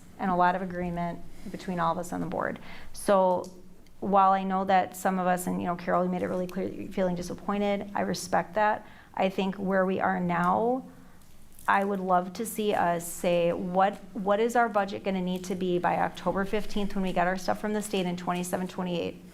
And how are we gonna backwards plan, considering that next year and this year, create a facilities draft to figure out how we get as close as we can to a balanced budget. And I fully am on board with that. I think given the time that we have now, realistically what that's going to mean for our students, like that's the solution or a solution that I would offer, because to me, I feel like that accommodates what I'm hearing from everybody. But those are my thoughts. Joanne Rue? Yes, thank you. Talking about combining the buildings back to kindergarten through 5th grade, I think overwhelmingly the community has been happy with that. I don't think that is the reason why our test scores are going down, like we've heard. I think it's collective teacher efficacy.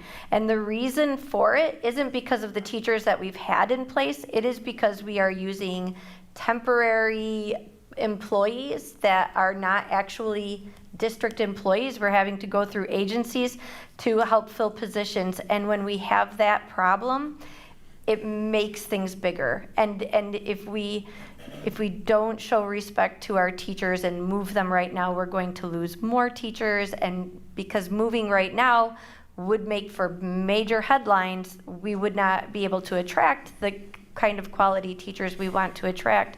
And I think when we're coming up with this new plan, I think we need to have a lot of decision makers at the table. I think we need our principals at the table, the cabinet at the table, the BEA at the table, so we can all work together to have some thinking outside of the box ideas. And I think the budget is just step one, and then we like tease it apart, right? And like find some more things. And didn't we said that we could use OPEB this year, and then we ended up not using it, right? That is correct. Yeah, I'm concerned for our students. I envision, like, as much as I don't want to say that we're going to be a smaller district, I envision a smaller but better district if we are able to focus and really do some great planning ahead of our changes. I think we could make things really amazing for our community. Carol Fox? We have asked a lot of people for a lot of input and a lot of the out-of-the-box ideas. And every time we come up with an out-of-the-box idea, people don't like it. So we spend a lot of time trying to deal with that. I would actually like to hear from Dr. Malat. I hate to put you on the spot, but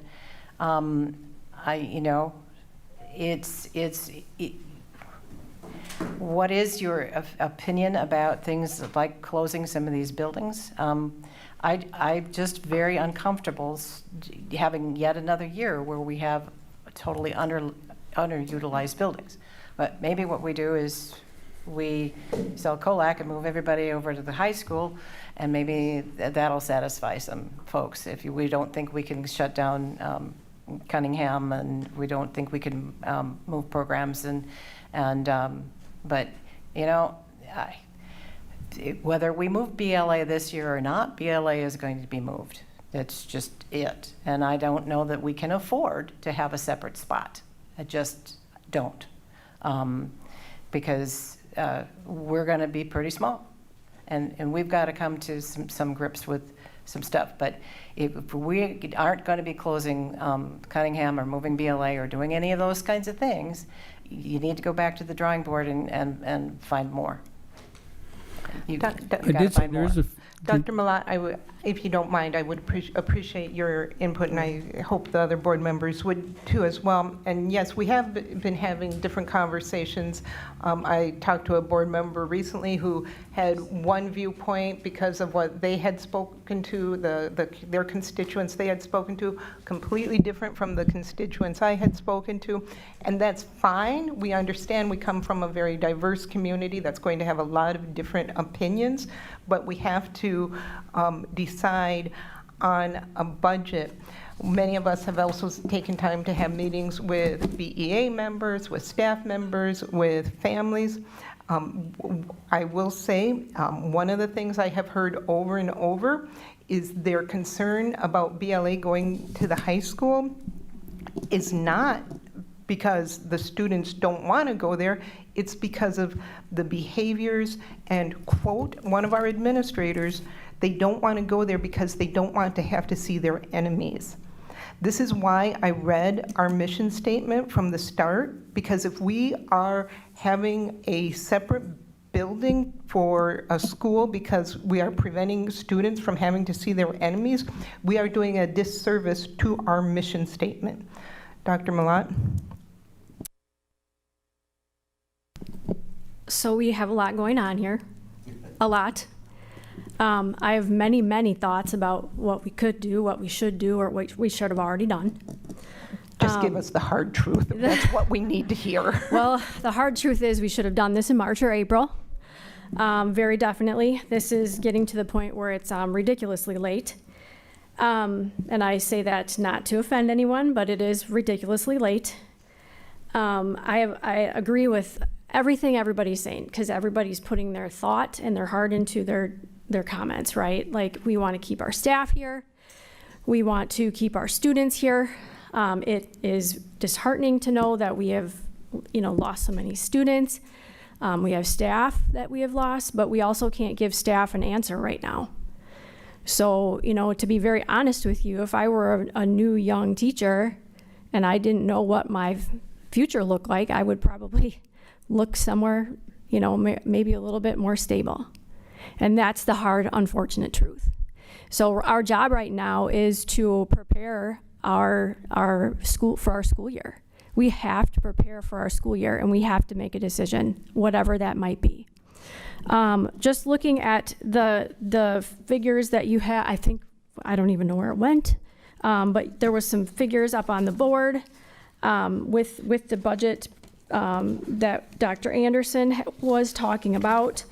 In the blue areas, if you look at the early literacy paraprofessionals that are added on there, that is actually factored into Title I. So Board Member Fox, I do have Title I and AGR plans for you. We worked on them very extensively, but those positions would be put into Title I. Okay, so with those 6 positions, you're gaining an additional $252,000 that you would cut out of that budget that Dr. Anderson proposed there, just putting that out on the table. So that brings you $252,000 closer to where you want to be. Just making a side note there. There are a couple of other things there that could also be looked at. The early literacy coach, the 0.5, that is under Gaston. There's a literacy coach that is under, Robinson, it's a 0.5. And then the early literacy coach that's under Todd, those, remember, are also grant funded. Those were grant funds that we received just recently from the state that we do have postings up on WeCan for. So those will be additional pieces that would be taken out of Title I. I did not add those up because that's what I was doing over there real quick. So that would be additional funds that you would take off that total balance on the bottom to get you closer to your balance that you want to be at.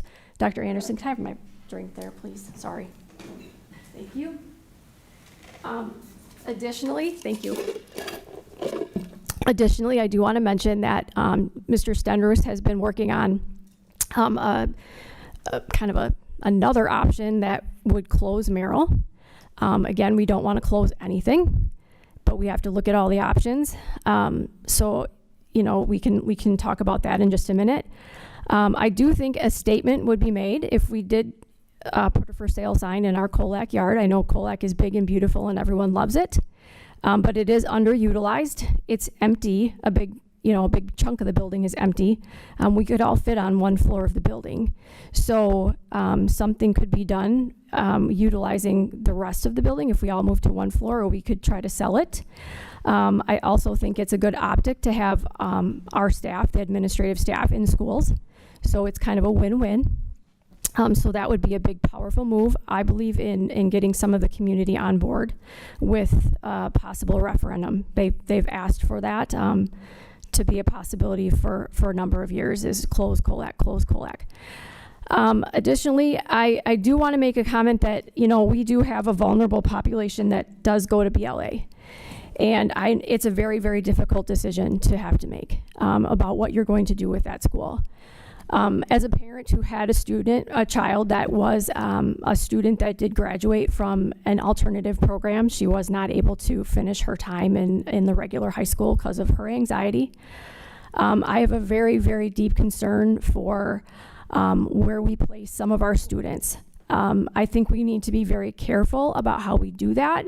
If we do agree to send them to the high school, I would want to make sure that we are operating in that school within a school model where they are completely protected from whatever may be the source of their reason for wanting to be there, whether it is anxiety from kids or school or whatever. We don't know what some of our triggers are for our kids. And the misconception that BLA kids are bad is not true. It's not true. There's always kids that are a handful in every place, right? So we have to kind of get away from that mentality and protect our kids. So wherever we decide that program should land, we need to keep the integrity of our kids at hand. If we send them to Merrill, Joanne was mentioning, I think it was Joanne, about the kitchens and, things like that for our 18 to 21-year-old program. Those pieces are essential for our 18 to 21-year-old transition program.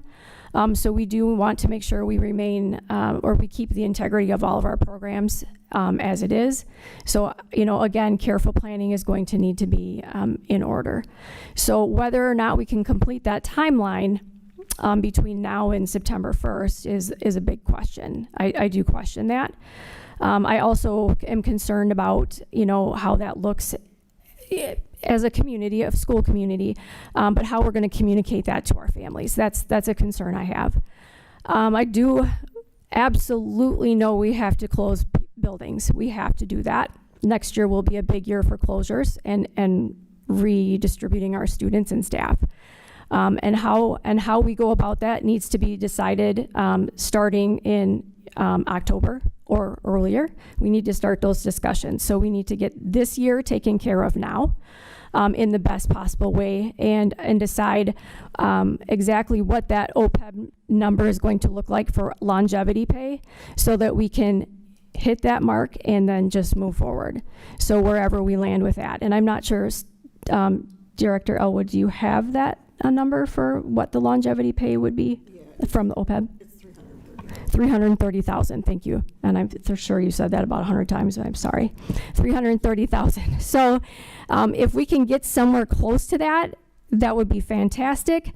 Again, cutting a few of these things out and putting them in the title positions is going to help. We're trying to cut as much as we can. Are there other things that can be cut? Yep, absolutely. We can look at, there's things that we haven't done. Asking buildings to reduce budgets. We reduced by 10% in the 24, 25, 20. We reduced budgets by 10% for this past school year. And you could ask buildings to reduce again. Board member Miller had asked, previously about could families help and the community help with school supplies and things like that for the school. There's ways to help supplement that if we do ask for another cut from our buildings. If we did a cut if we did ask our administrators to cut about 10% from their budgets, I think I figured it out to be about $48,000. If it's just at 10%, you could ask for more than that. So I don't have an absolute zero here, but I do have, the recommendations that I gave you. But as far as we have to decide. We have to decide, are we going to actually close a building this year? If we are going to actually close something, I would recommend it be this, because there are no students that are going to be impacted here.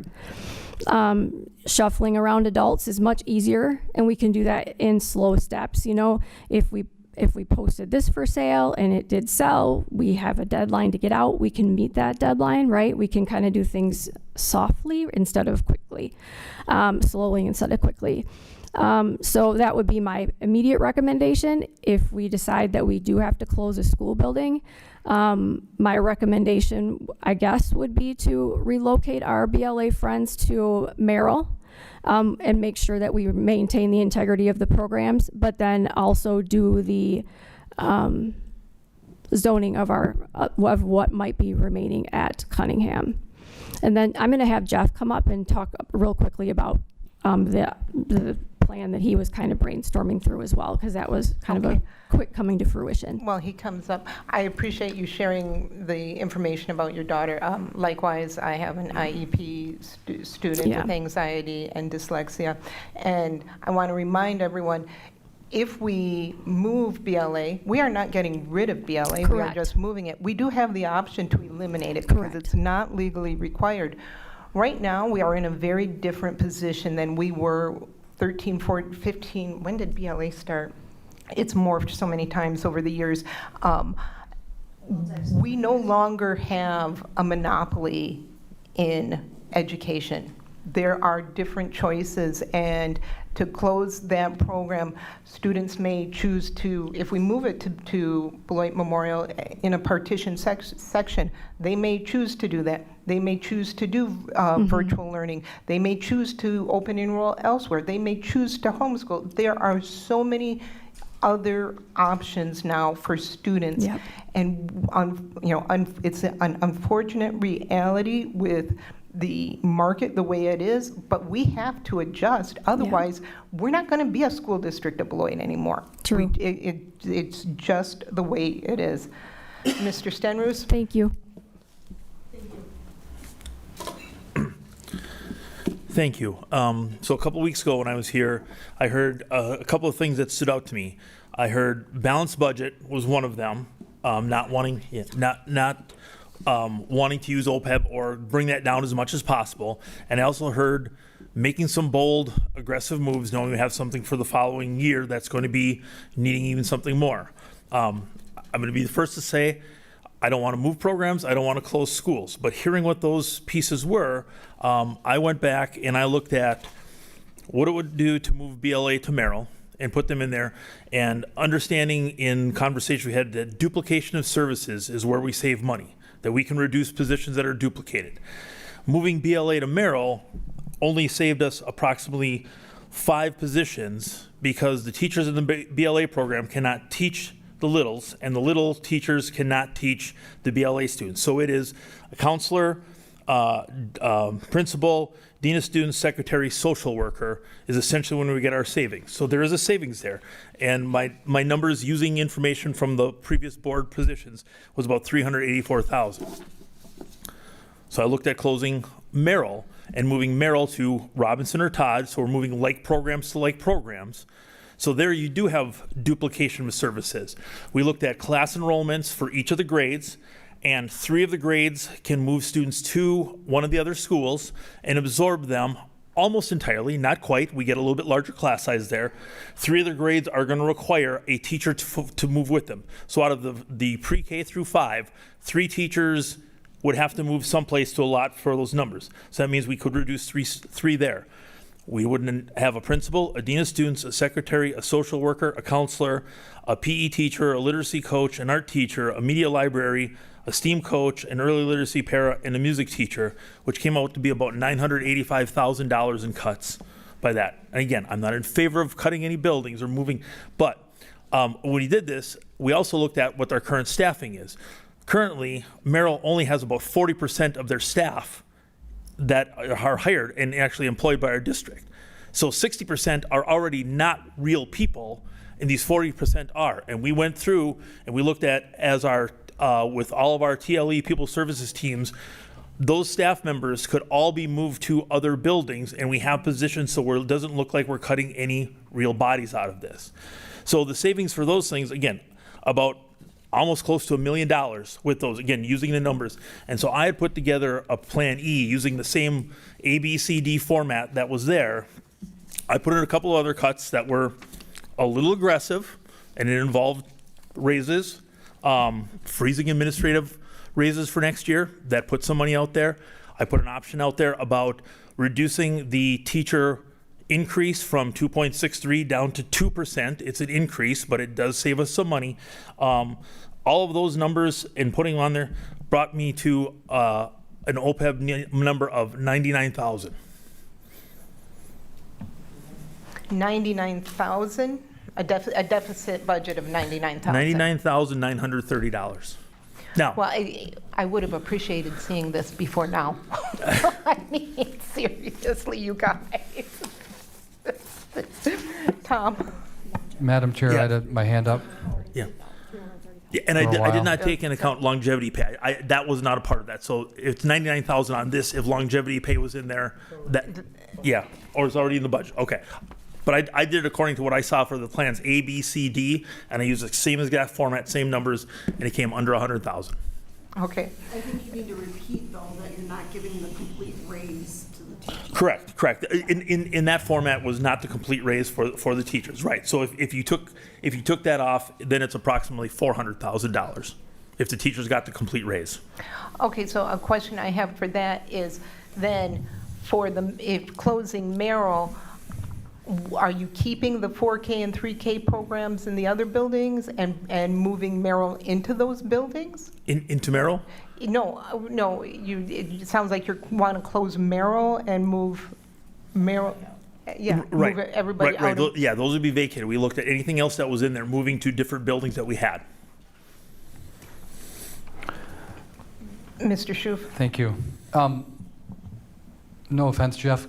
I'd like to talk to Dr. Gordon-Malott. So I want to go back to your comments because I think tonight's a turning point for the district. We, approved a contract to have you be our leader for the next 2 years. So thank you. Congratulations. Thanks. So I really liked your comments. I was listening with an eye to hear if our colleagues on the board here, if you were addressing some of their concerns. So what I was jotting down sort of in the Dr. Leah Gordon-Malott plan was you'd already been doing some work to, with the Title I transfer and some other things. You were in the 250, 300. You're getting closer to a planned backstop of OPEB of only $1 million draw. Mm-hmm. So getting down under that $1 million. You're almost there already. We don't have that in front of you, but we heard you're getting close. We heard that we had also then list this building, hire the right commercial building consultant and so on to list Colac. We'd put that on the market. We would work to sell that during this year. That, of course, just like McNeil did for us this year, that would reduce our OPEB draw and leave it in for the future conversations. And then we would immediately, I know we already have a referendum meeting scheduled for this board. We need to immediately go into that planning for the things like the overall building plan that I think we all agree on that we have to get to. For me, that's the sort of thing that on, whatever we are here today on June 16th, that we could, get to an approved draft budget so we can move on to those things. We can do that. No one here has their head in the sand. We understand that we're going to have to close buildings. We understand we have to keep teacher ratios where, appropriately where they need to be in buildings. We're doing our best to seek this board before I got here is in on the lawsuit where we'll push our state leaders for more funding, and then we'll have a discussion about, what sort of resources the community here would support in a referendum that, of course, is ultimately mostly paid for by the state taxpayers if that's successful. So I really liked where you were going on that. I liked that the homework, you had already made progress on the Title I dollars and other things. So, I think we're getting closer to, something where we can get that passed on, today. Thank you.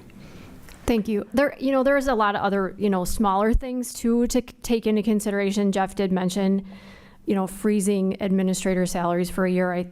Not that anybody wants that, but I think it does speak volumes, right? The community is asking for fewer administrators. We're going fewer, right? And it just freezing for a year and reevaluating, however you want to look at that, but that would be a cut. Stephanie, I'm sure, has that dollar amount somewhere, right? Not off the top of her head, but it would be a reduction, so there's other ways to do that. Some of our contracts for our services, school vendors that we use, we don't have those yet, but everything we're looking at is cheaper. So the things that we presented to you at TLE that we'll be approving later, all of those are a reduction. The one that is the biggest dollar amount is actually, it looks like a big dollar amount, but it's actually cheaper than what the other thing we could have gone with. So everything that we're doing is taking budget into consideration. Obviously, it's not easy to cut funds from school districts and keep the integrity of the programming going and keep the best interests of kids at hand. So, and just looking at ways we can ease things, using some title funds to replace Chromebooks if they're used for only literacy, doing things like that, class sets. So really kind of reframing how we are purchasing and how our funds are used is going to help us out a lot. Thank you. Tom Hankins? Thank you. I want to go back to Mr. Stenros, if I could, please. You talked about moving BLA into the scenario, moving them into Merrill, and likes not being likes, so there's not a big redundancy. You talked about duplication of services. Did you do that same study of moving them into the high school? No, I did not. Where is likes to likes? No, I did not. Would you roll that around in your head? To me, that makes, if we're looking at cost reductions, moving same age group in the same age group, we'd have some efficiency there. We could, if you're looking at like teaching staff. You made the you told us that moving them into a grade school won't be that efficient. Right. But I'm asking, moving them into the high school, would there be a savings? Just a question. There would be a savings. You would have some of the same duplication of services. If you were to take a look at it, you could say, we're not going to move a principal over. We're going to assume the administrative staff does that. There's not a dean of students. You would need a secretary, social worker, counselor. Right. But I'm just saying that again would probably be about where your duplication of services would end, because you still need the teachers for the BLA. I understand that. So yeah, so it would roughly be about the same. Okay. All right, so another point I wanted to make, and thank you, Jeff, I appreciate that. For the idea of selling COLAC, remember everyone that we're upside down in this building, and if we do sell this building, we owe approximately 4.5 on it. The best guess estimate I have received is we could at the maximum get 2 million. So we're still upside down 2.5, which we would have to pay off our bonds on that. Yes. When we sell, yes, we still owe. If we got if we owe 4.5 and we sell for 2, we owe 2.5. So that money is not going to go in the coffers. Correct, but we don't have to pay all those bonds off when we sell the building, is what I meant. Well, I'm just saying, it's not going to be, we're not going to receive any money into our coffers by selling this building. I'm not saying we don't vacate it. I'm just saying to sell it is kind of, and it is a nice look, but we're not going to be 2.5 million in the plus at the end of the day. We still owe money on this building, unless somebody gave us 4.5 for it. I think the important question to ask is that if you decide to move people out of this office, which is Right. going to be the easiest transition, Mhm. it doesn't reduce, I mean, moving us from this building to. Right. Moving people from Colac to the high school or what is not. Moving individuals from this building to the high school or the op center, that's not going to save you a lot of money. I mean, so as far as bringing it down, the amount of savings that you're looking for isn't going to be there. Now, I had mentioned before that it's a good optic. I think this is the easiest move to do. But I don't want anybody to think that if you make that move, there's going to be a lot of money that you're going to save because Oh, you're not. I agree, but, we're pinching pennies here and we're looking for things. And, to say that we need to keep people in a building, I disagree.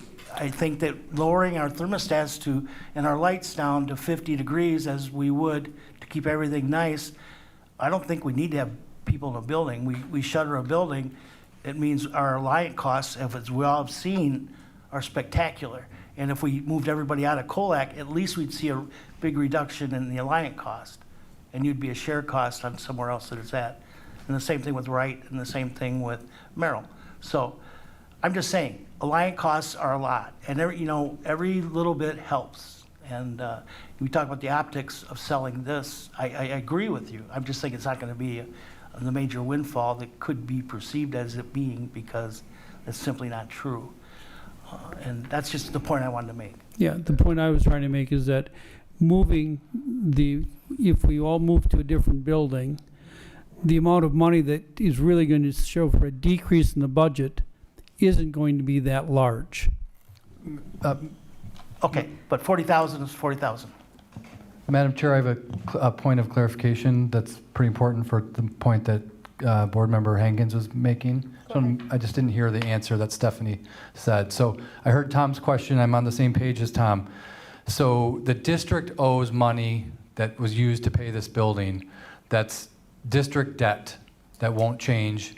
But if we sold the building and got a $2 million check at closing, that could be put back into our reserves because there's no lien on this building. It wasn't a specific bond issue tied to this building. Is that correct? That is correct, but you also have to remember that that's a one-time revenue. Yeah. So I got when it. you're looking at cutting costs for years forward, if you sell a building, that's one time. You're not selling that building again the next year or the No, I next year after understand. that. I understand. I heard Dr. Gordon Malott recommend it, and I just want to make sure I understood that we don't, at closing, we would get the money, we could put it in our reserves. And we would still have the debt, but we have the debt today, so. Yeah. Correct. Thank you. But Dan, just to be clarifying, we are an ascending payment schedule on that said debt. Yeah, no, but it's not. I understand what you're saying. Yeah, it's not like we have to close it out when we No, sell. no. Yeah, thank you. Yep. Thank you, Madam Chair, for letting me clarify that. Sure thing. Megan Miller and then Carol Fox. I just want to check, Bill, did you want to jump in? Sometime. Do you mind, Bill, you have not spoken yet to this, so you have priority. I just had a question No, for clarification, who has the floor is the prerogative of the chair. It doesn't matter the order of the hands or anything. Please consult your Robert's Rules of Orders. It is the prerogative of the chair. I am giving the floor to Mr. Johnson. I only have a question is, how much savings would it be if we moved BLA back to where they came from? Does anybody know?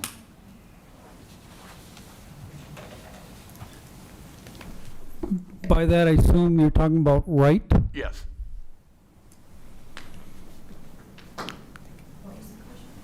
Mr. Johnson, would you please repeat the question, please? Does anybody know how much would be any savings in moving them from Cunningham back to Wright?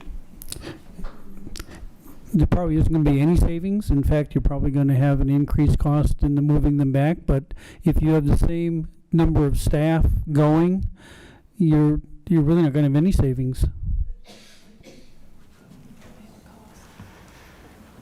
Was that all, Mr. Johnson? Yes, thank you. Megan Miller.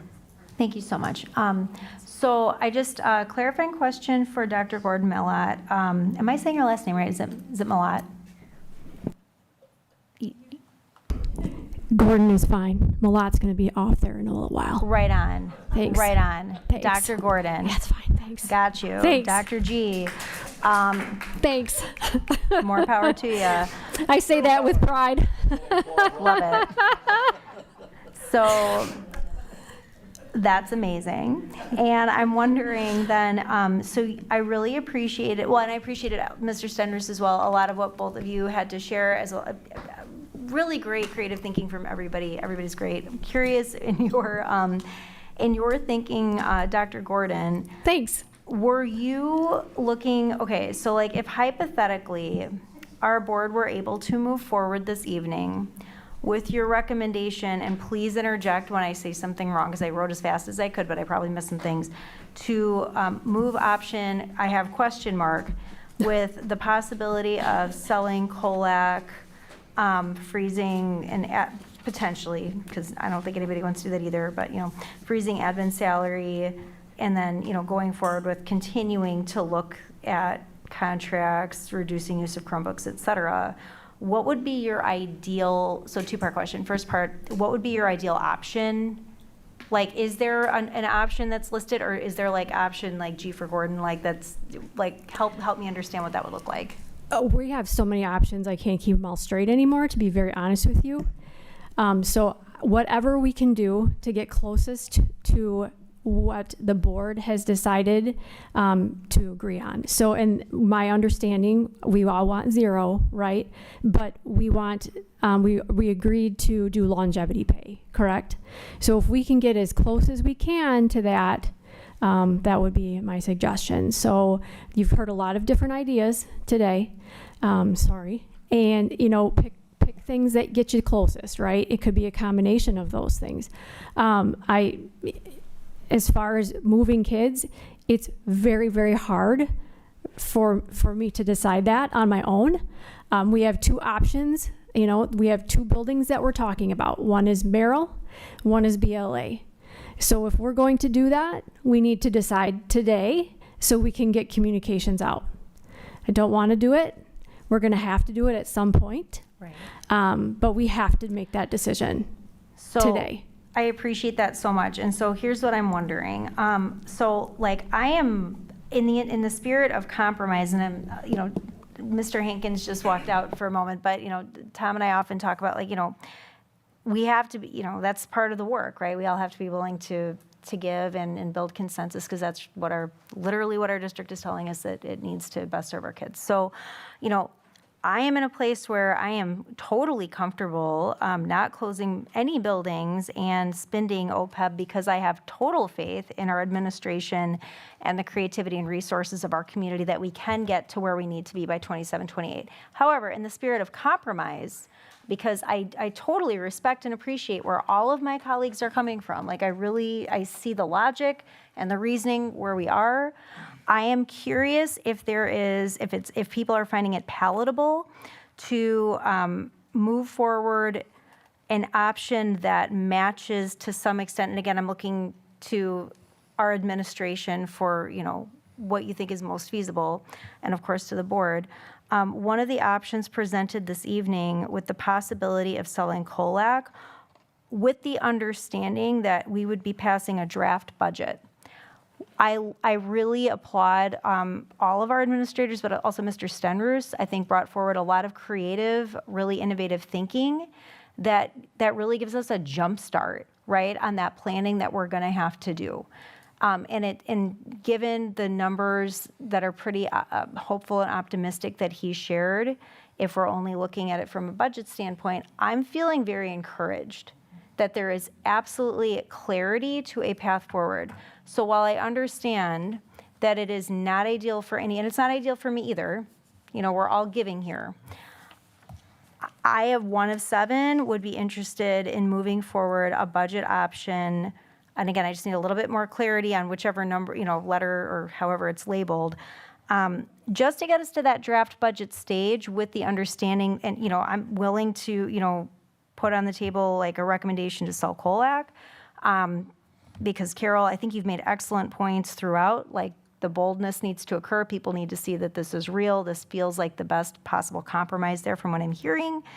And then with the understanding that we're going to work very hard the next several weeks to consider like a lot of Mr. Stenris's recommendations and the recommendations of our other administrators as well to really start to depict and begin to communicate what that reshaping and facility rearrangement will look like. So that's where I'm at, and I guess that's all I got. Thank you. Carol Fox. I'm in a little bit different place, but not too far, I don't think. I could move forward, I think, if Dr. Gordon can work to come up with some more options and add some more to it. I think you've got some ideas. I think you've got some things you're going to do, and I would really like to see those. I'm concerned about Merrill because I think I just heard that we're not being able to staff it. And maybe if we can't staff it, maybe we ought to jump on closing it and moving the kids, because what are we going to do if we're going to leave the building open and we have no staff for it? So that kind of resonated with me, and I'm kind of concerned about that, that we're not really got the staff to cover that building. So maybe now is the time to take those 150, 70 kids and move them someplace else, and save that money while we're doing it. So, but if you don't want to close any buildings at all, you'll have to, convince me a little harder. But I think what I heard you say got me closer. I agree. My concern is busing. So we would have to look at how we would address transportation with that if that were to move forward. So we would have to work with Director Elwood a little bit to figure out what our cost model would be for that. Thank you, Dr. Gordon. One of my concerns with vacating Merrill into the other two East Side elementary schools is the stability of those buildings. They've had a lot of turnover in leadership the last few years, and we have experienced a lot of behavioral issues in those buildings. My concern is, again, looking at the capacity and the square footage versus the number of students. My concern is the class sizes and the extra burden that we will be putting on all of those staff members. I don't know that right now that in my humble opinion, I don't know that that's our best option. I mean, I understand if we don't have the staff, we need to do what we need to do, but yeah, that's going to be a tough sell. And I'm going to remind everybody, next Tuesday we have a meeting planned to discuss a referendum. But if we have a budget that has a large deficit, I don't even know why we would even bother going to referendum, because every time we've done that, it's failed. And I think we need to show our constituents that we are being good stewards of their tax dollars and as close to a balanced budget as possible. With that, Carol Fox, did you have one more comment? I'm sorry. Oh, okay. We did hear that there are other options out there. As board members, I'm a little disappointed because we didn't get a chance to see those before they were discussed, and I think it would be fair to us board members for us to have an opportunity to see them and do a side-by-side comparison and have time to mull them over. I don't want to delay this process any further, but I would be comfortable having next Tuesday's meeting rather than it be for referendum discussion, have us have time to look at all Mr. Stenru's option, Dr. Gordon's options, and anybody enhanced C option. And if anybody else has an Press star option 6 or to unmute. recommendation, bring them now. not at next meeting, but now, so that we have time to think them over. How do the board members feel about that suggestion? Mr. Johnson? I agree. I would, take a look at that. And I also think there's a little bit of savings in some extra coaches that some of the sports have, not a lot, but maybe 20, 30,000 or. We're cutting 100,000 back already. Without cutting extra coaches or not? Cutting extra coaches. Oh, okay. All right, thanks. Was that in the budget? Okay, didn't Board see it. Member Miller? Oh, thank you. It is because you were going 100,000 over 380. The budget amount was 280. That's why it doesn't show. We're just bringing it back to what the budget amount was because you'd overspent by 100,000 the last 2 years. The district overspent the last 2 years. Good clarification, Board Member Fox. Okay, so I understand where we're coming from, and generally I agree, and I'm not strongly against. Here's my only concern would be, could we narrow the scope of the budget options? Because it sounds like we're just about at that point of no return on some of those options include. So before I weigh in strongly one or the other, could we just clarify one more time? And I know it gets a bit confusing because they're named differently, but what of the options that have been presented are actually realistic at this point? Because I'm hearing you say, I think I've heard all of our administration say, but correct me if I'm wrong, that the ones that include drastic movement of students are not terribly realistic. So like how many like budget options does that leave us with before I can commit to like, let's wait till Tuesday? Well, and I guess what would be considered drastic moving of students, because I just heard that we need to close Merrill, and that's a larger movement of students than BLA.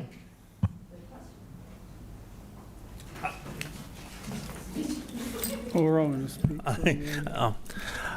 I would argue it's a number of students, but because they would move into like schools, the majority of the equipment, supplies, books, those things would already be in place. So it's not as far as taking everything from Merrill and having it to move to other locations with that. And to go back to your class size pieces, when we did this number, we looked at what the recommended class sizes were and tried to find, do schools have the schools have spots available within that class limit number, and they did for 3 of them, but not 3 of the others, and that's why we said 3 teachers would have to follow. So we were at that recommended 22, possibly going up to 23 in some of them, but not like just everybody gets dumped in and we're just enlarging every class. So I just want to make that clear. So then just like clarifying question then, so like, here's where I'm at. Like I would prefer, like I'm on the same page with Tia, like I would like to see things in front of me. Are these things like documented well enough where like if we took like a 10-minute recess, like we could go like print some stuff out, take a look, or like is there that much difference between the two? And if not, then sure, I'm fine with Tuesday.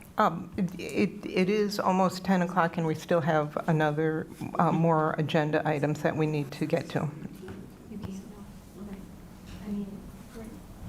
So are these documented like in a way that we could just take a quick look kind of thing, or? I don't think, 10 minutes, I don't think All it's right, realistic. just wanting to clarify, because I know there's a lot of urgency to get this across the line here.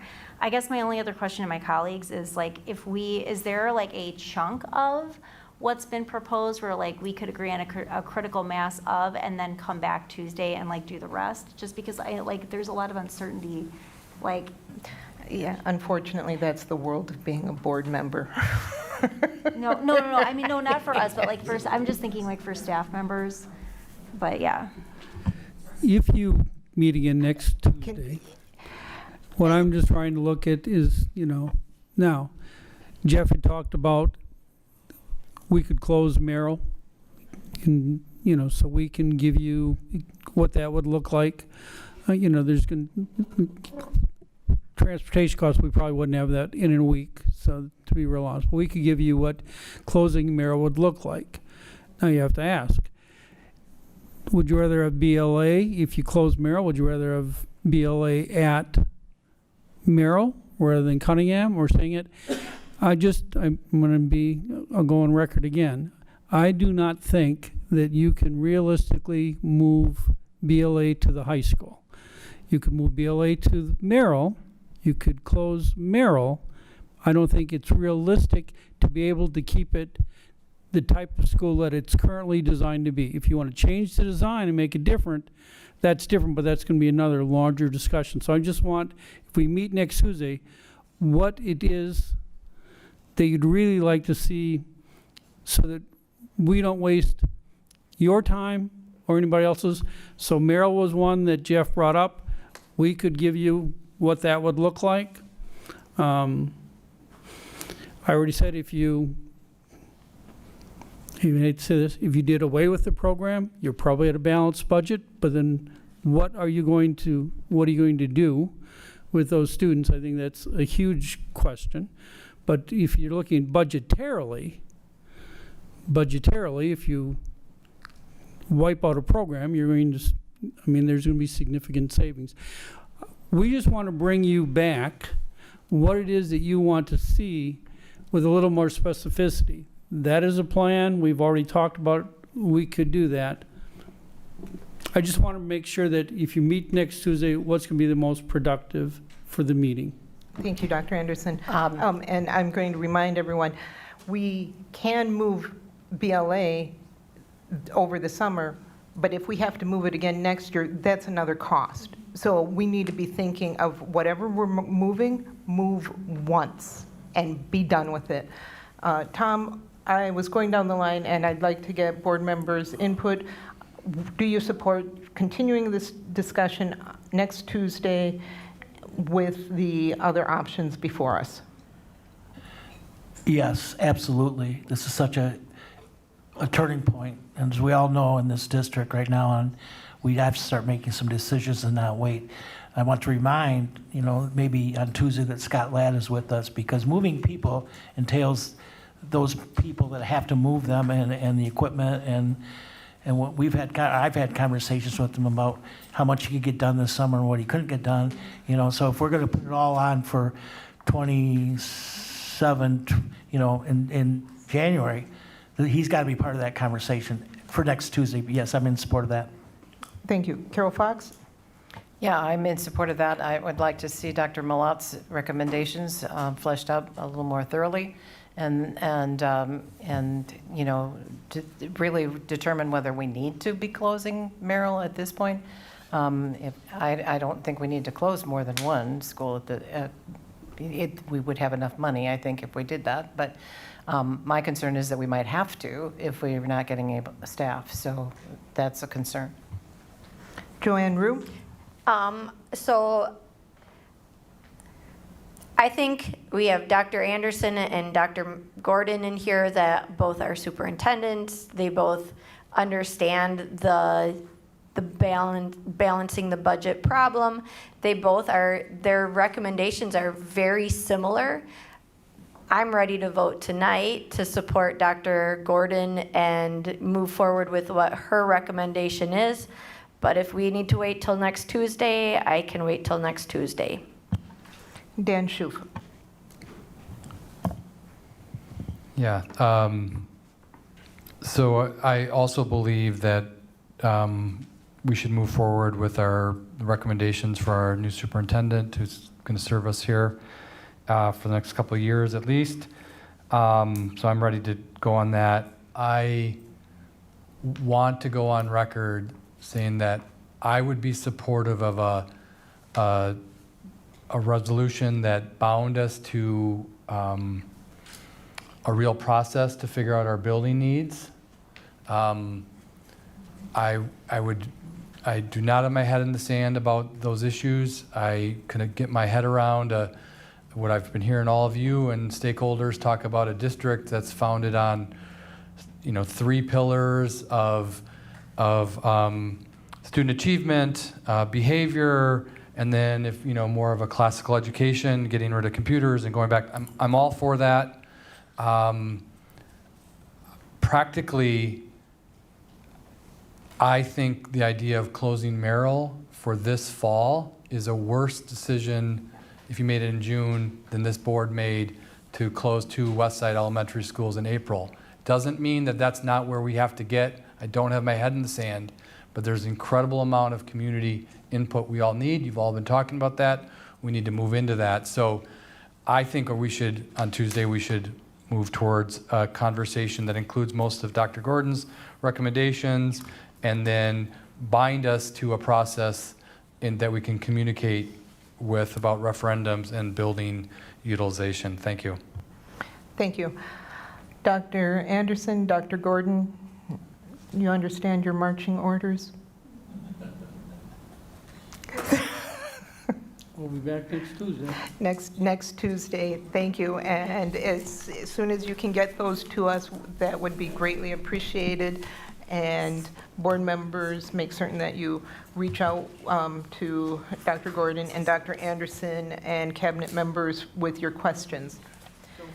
Our next agenda item is the consent agenda. Typically, there is no separate discussion of the items unless a board member so requests, in which event the item or items will be removed from the general order of business and considered in their normal sequence on the agenda. Is there a motion would any board members like any of the items removed from the consent agenda? Hearing none, is there a motion to approve the consent agenda? So moved. Second. Motion by Joanne Rue, seconded by Megan Miller. Any discussion? Hearing none, all in favor? Aye. Aye. Any opposed? Motion carries unanimously. Good job, Karen. I do have a comment, because I think that's the first time that we've had a consent agenda with nothing pulled off. And I think part of the reason why is because we all sat at the committee meetings. So Carol Fox, high five. Way to go. Thank you so much. Is there a motion to adjourn? So moved. Second. Motion by Joanne Rue, seconded by Carol Fox. Any discussion? Hearing none, all in favor? Aye. Aye. Aye. Any opposed? We are adjourned at 10:01. Have a good night.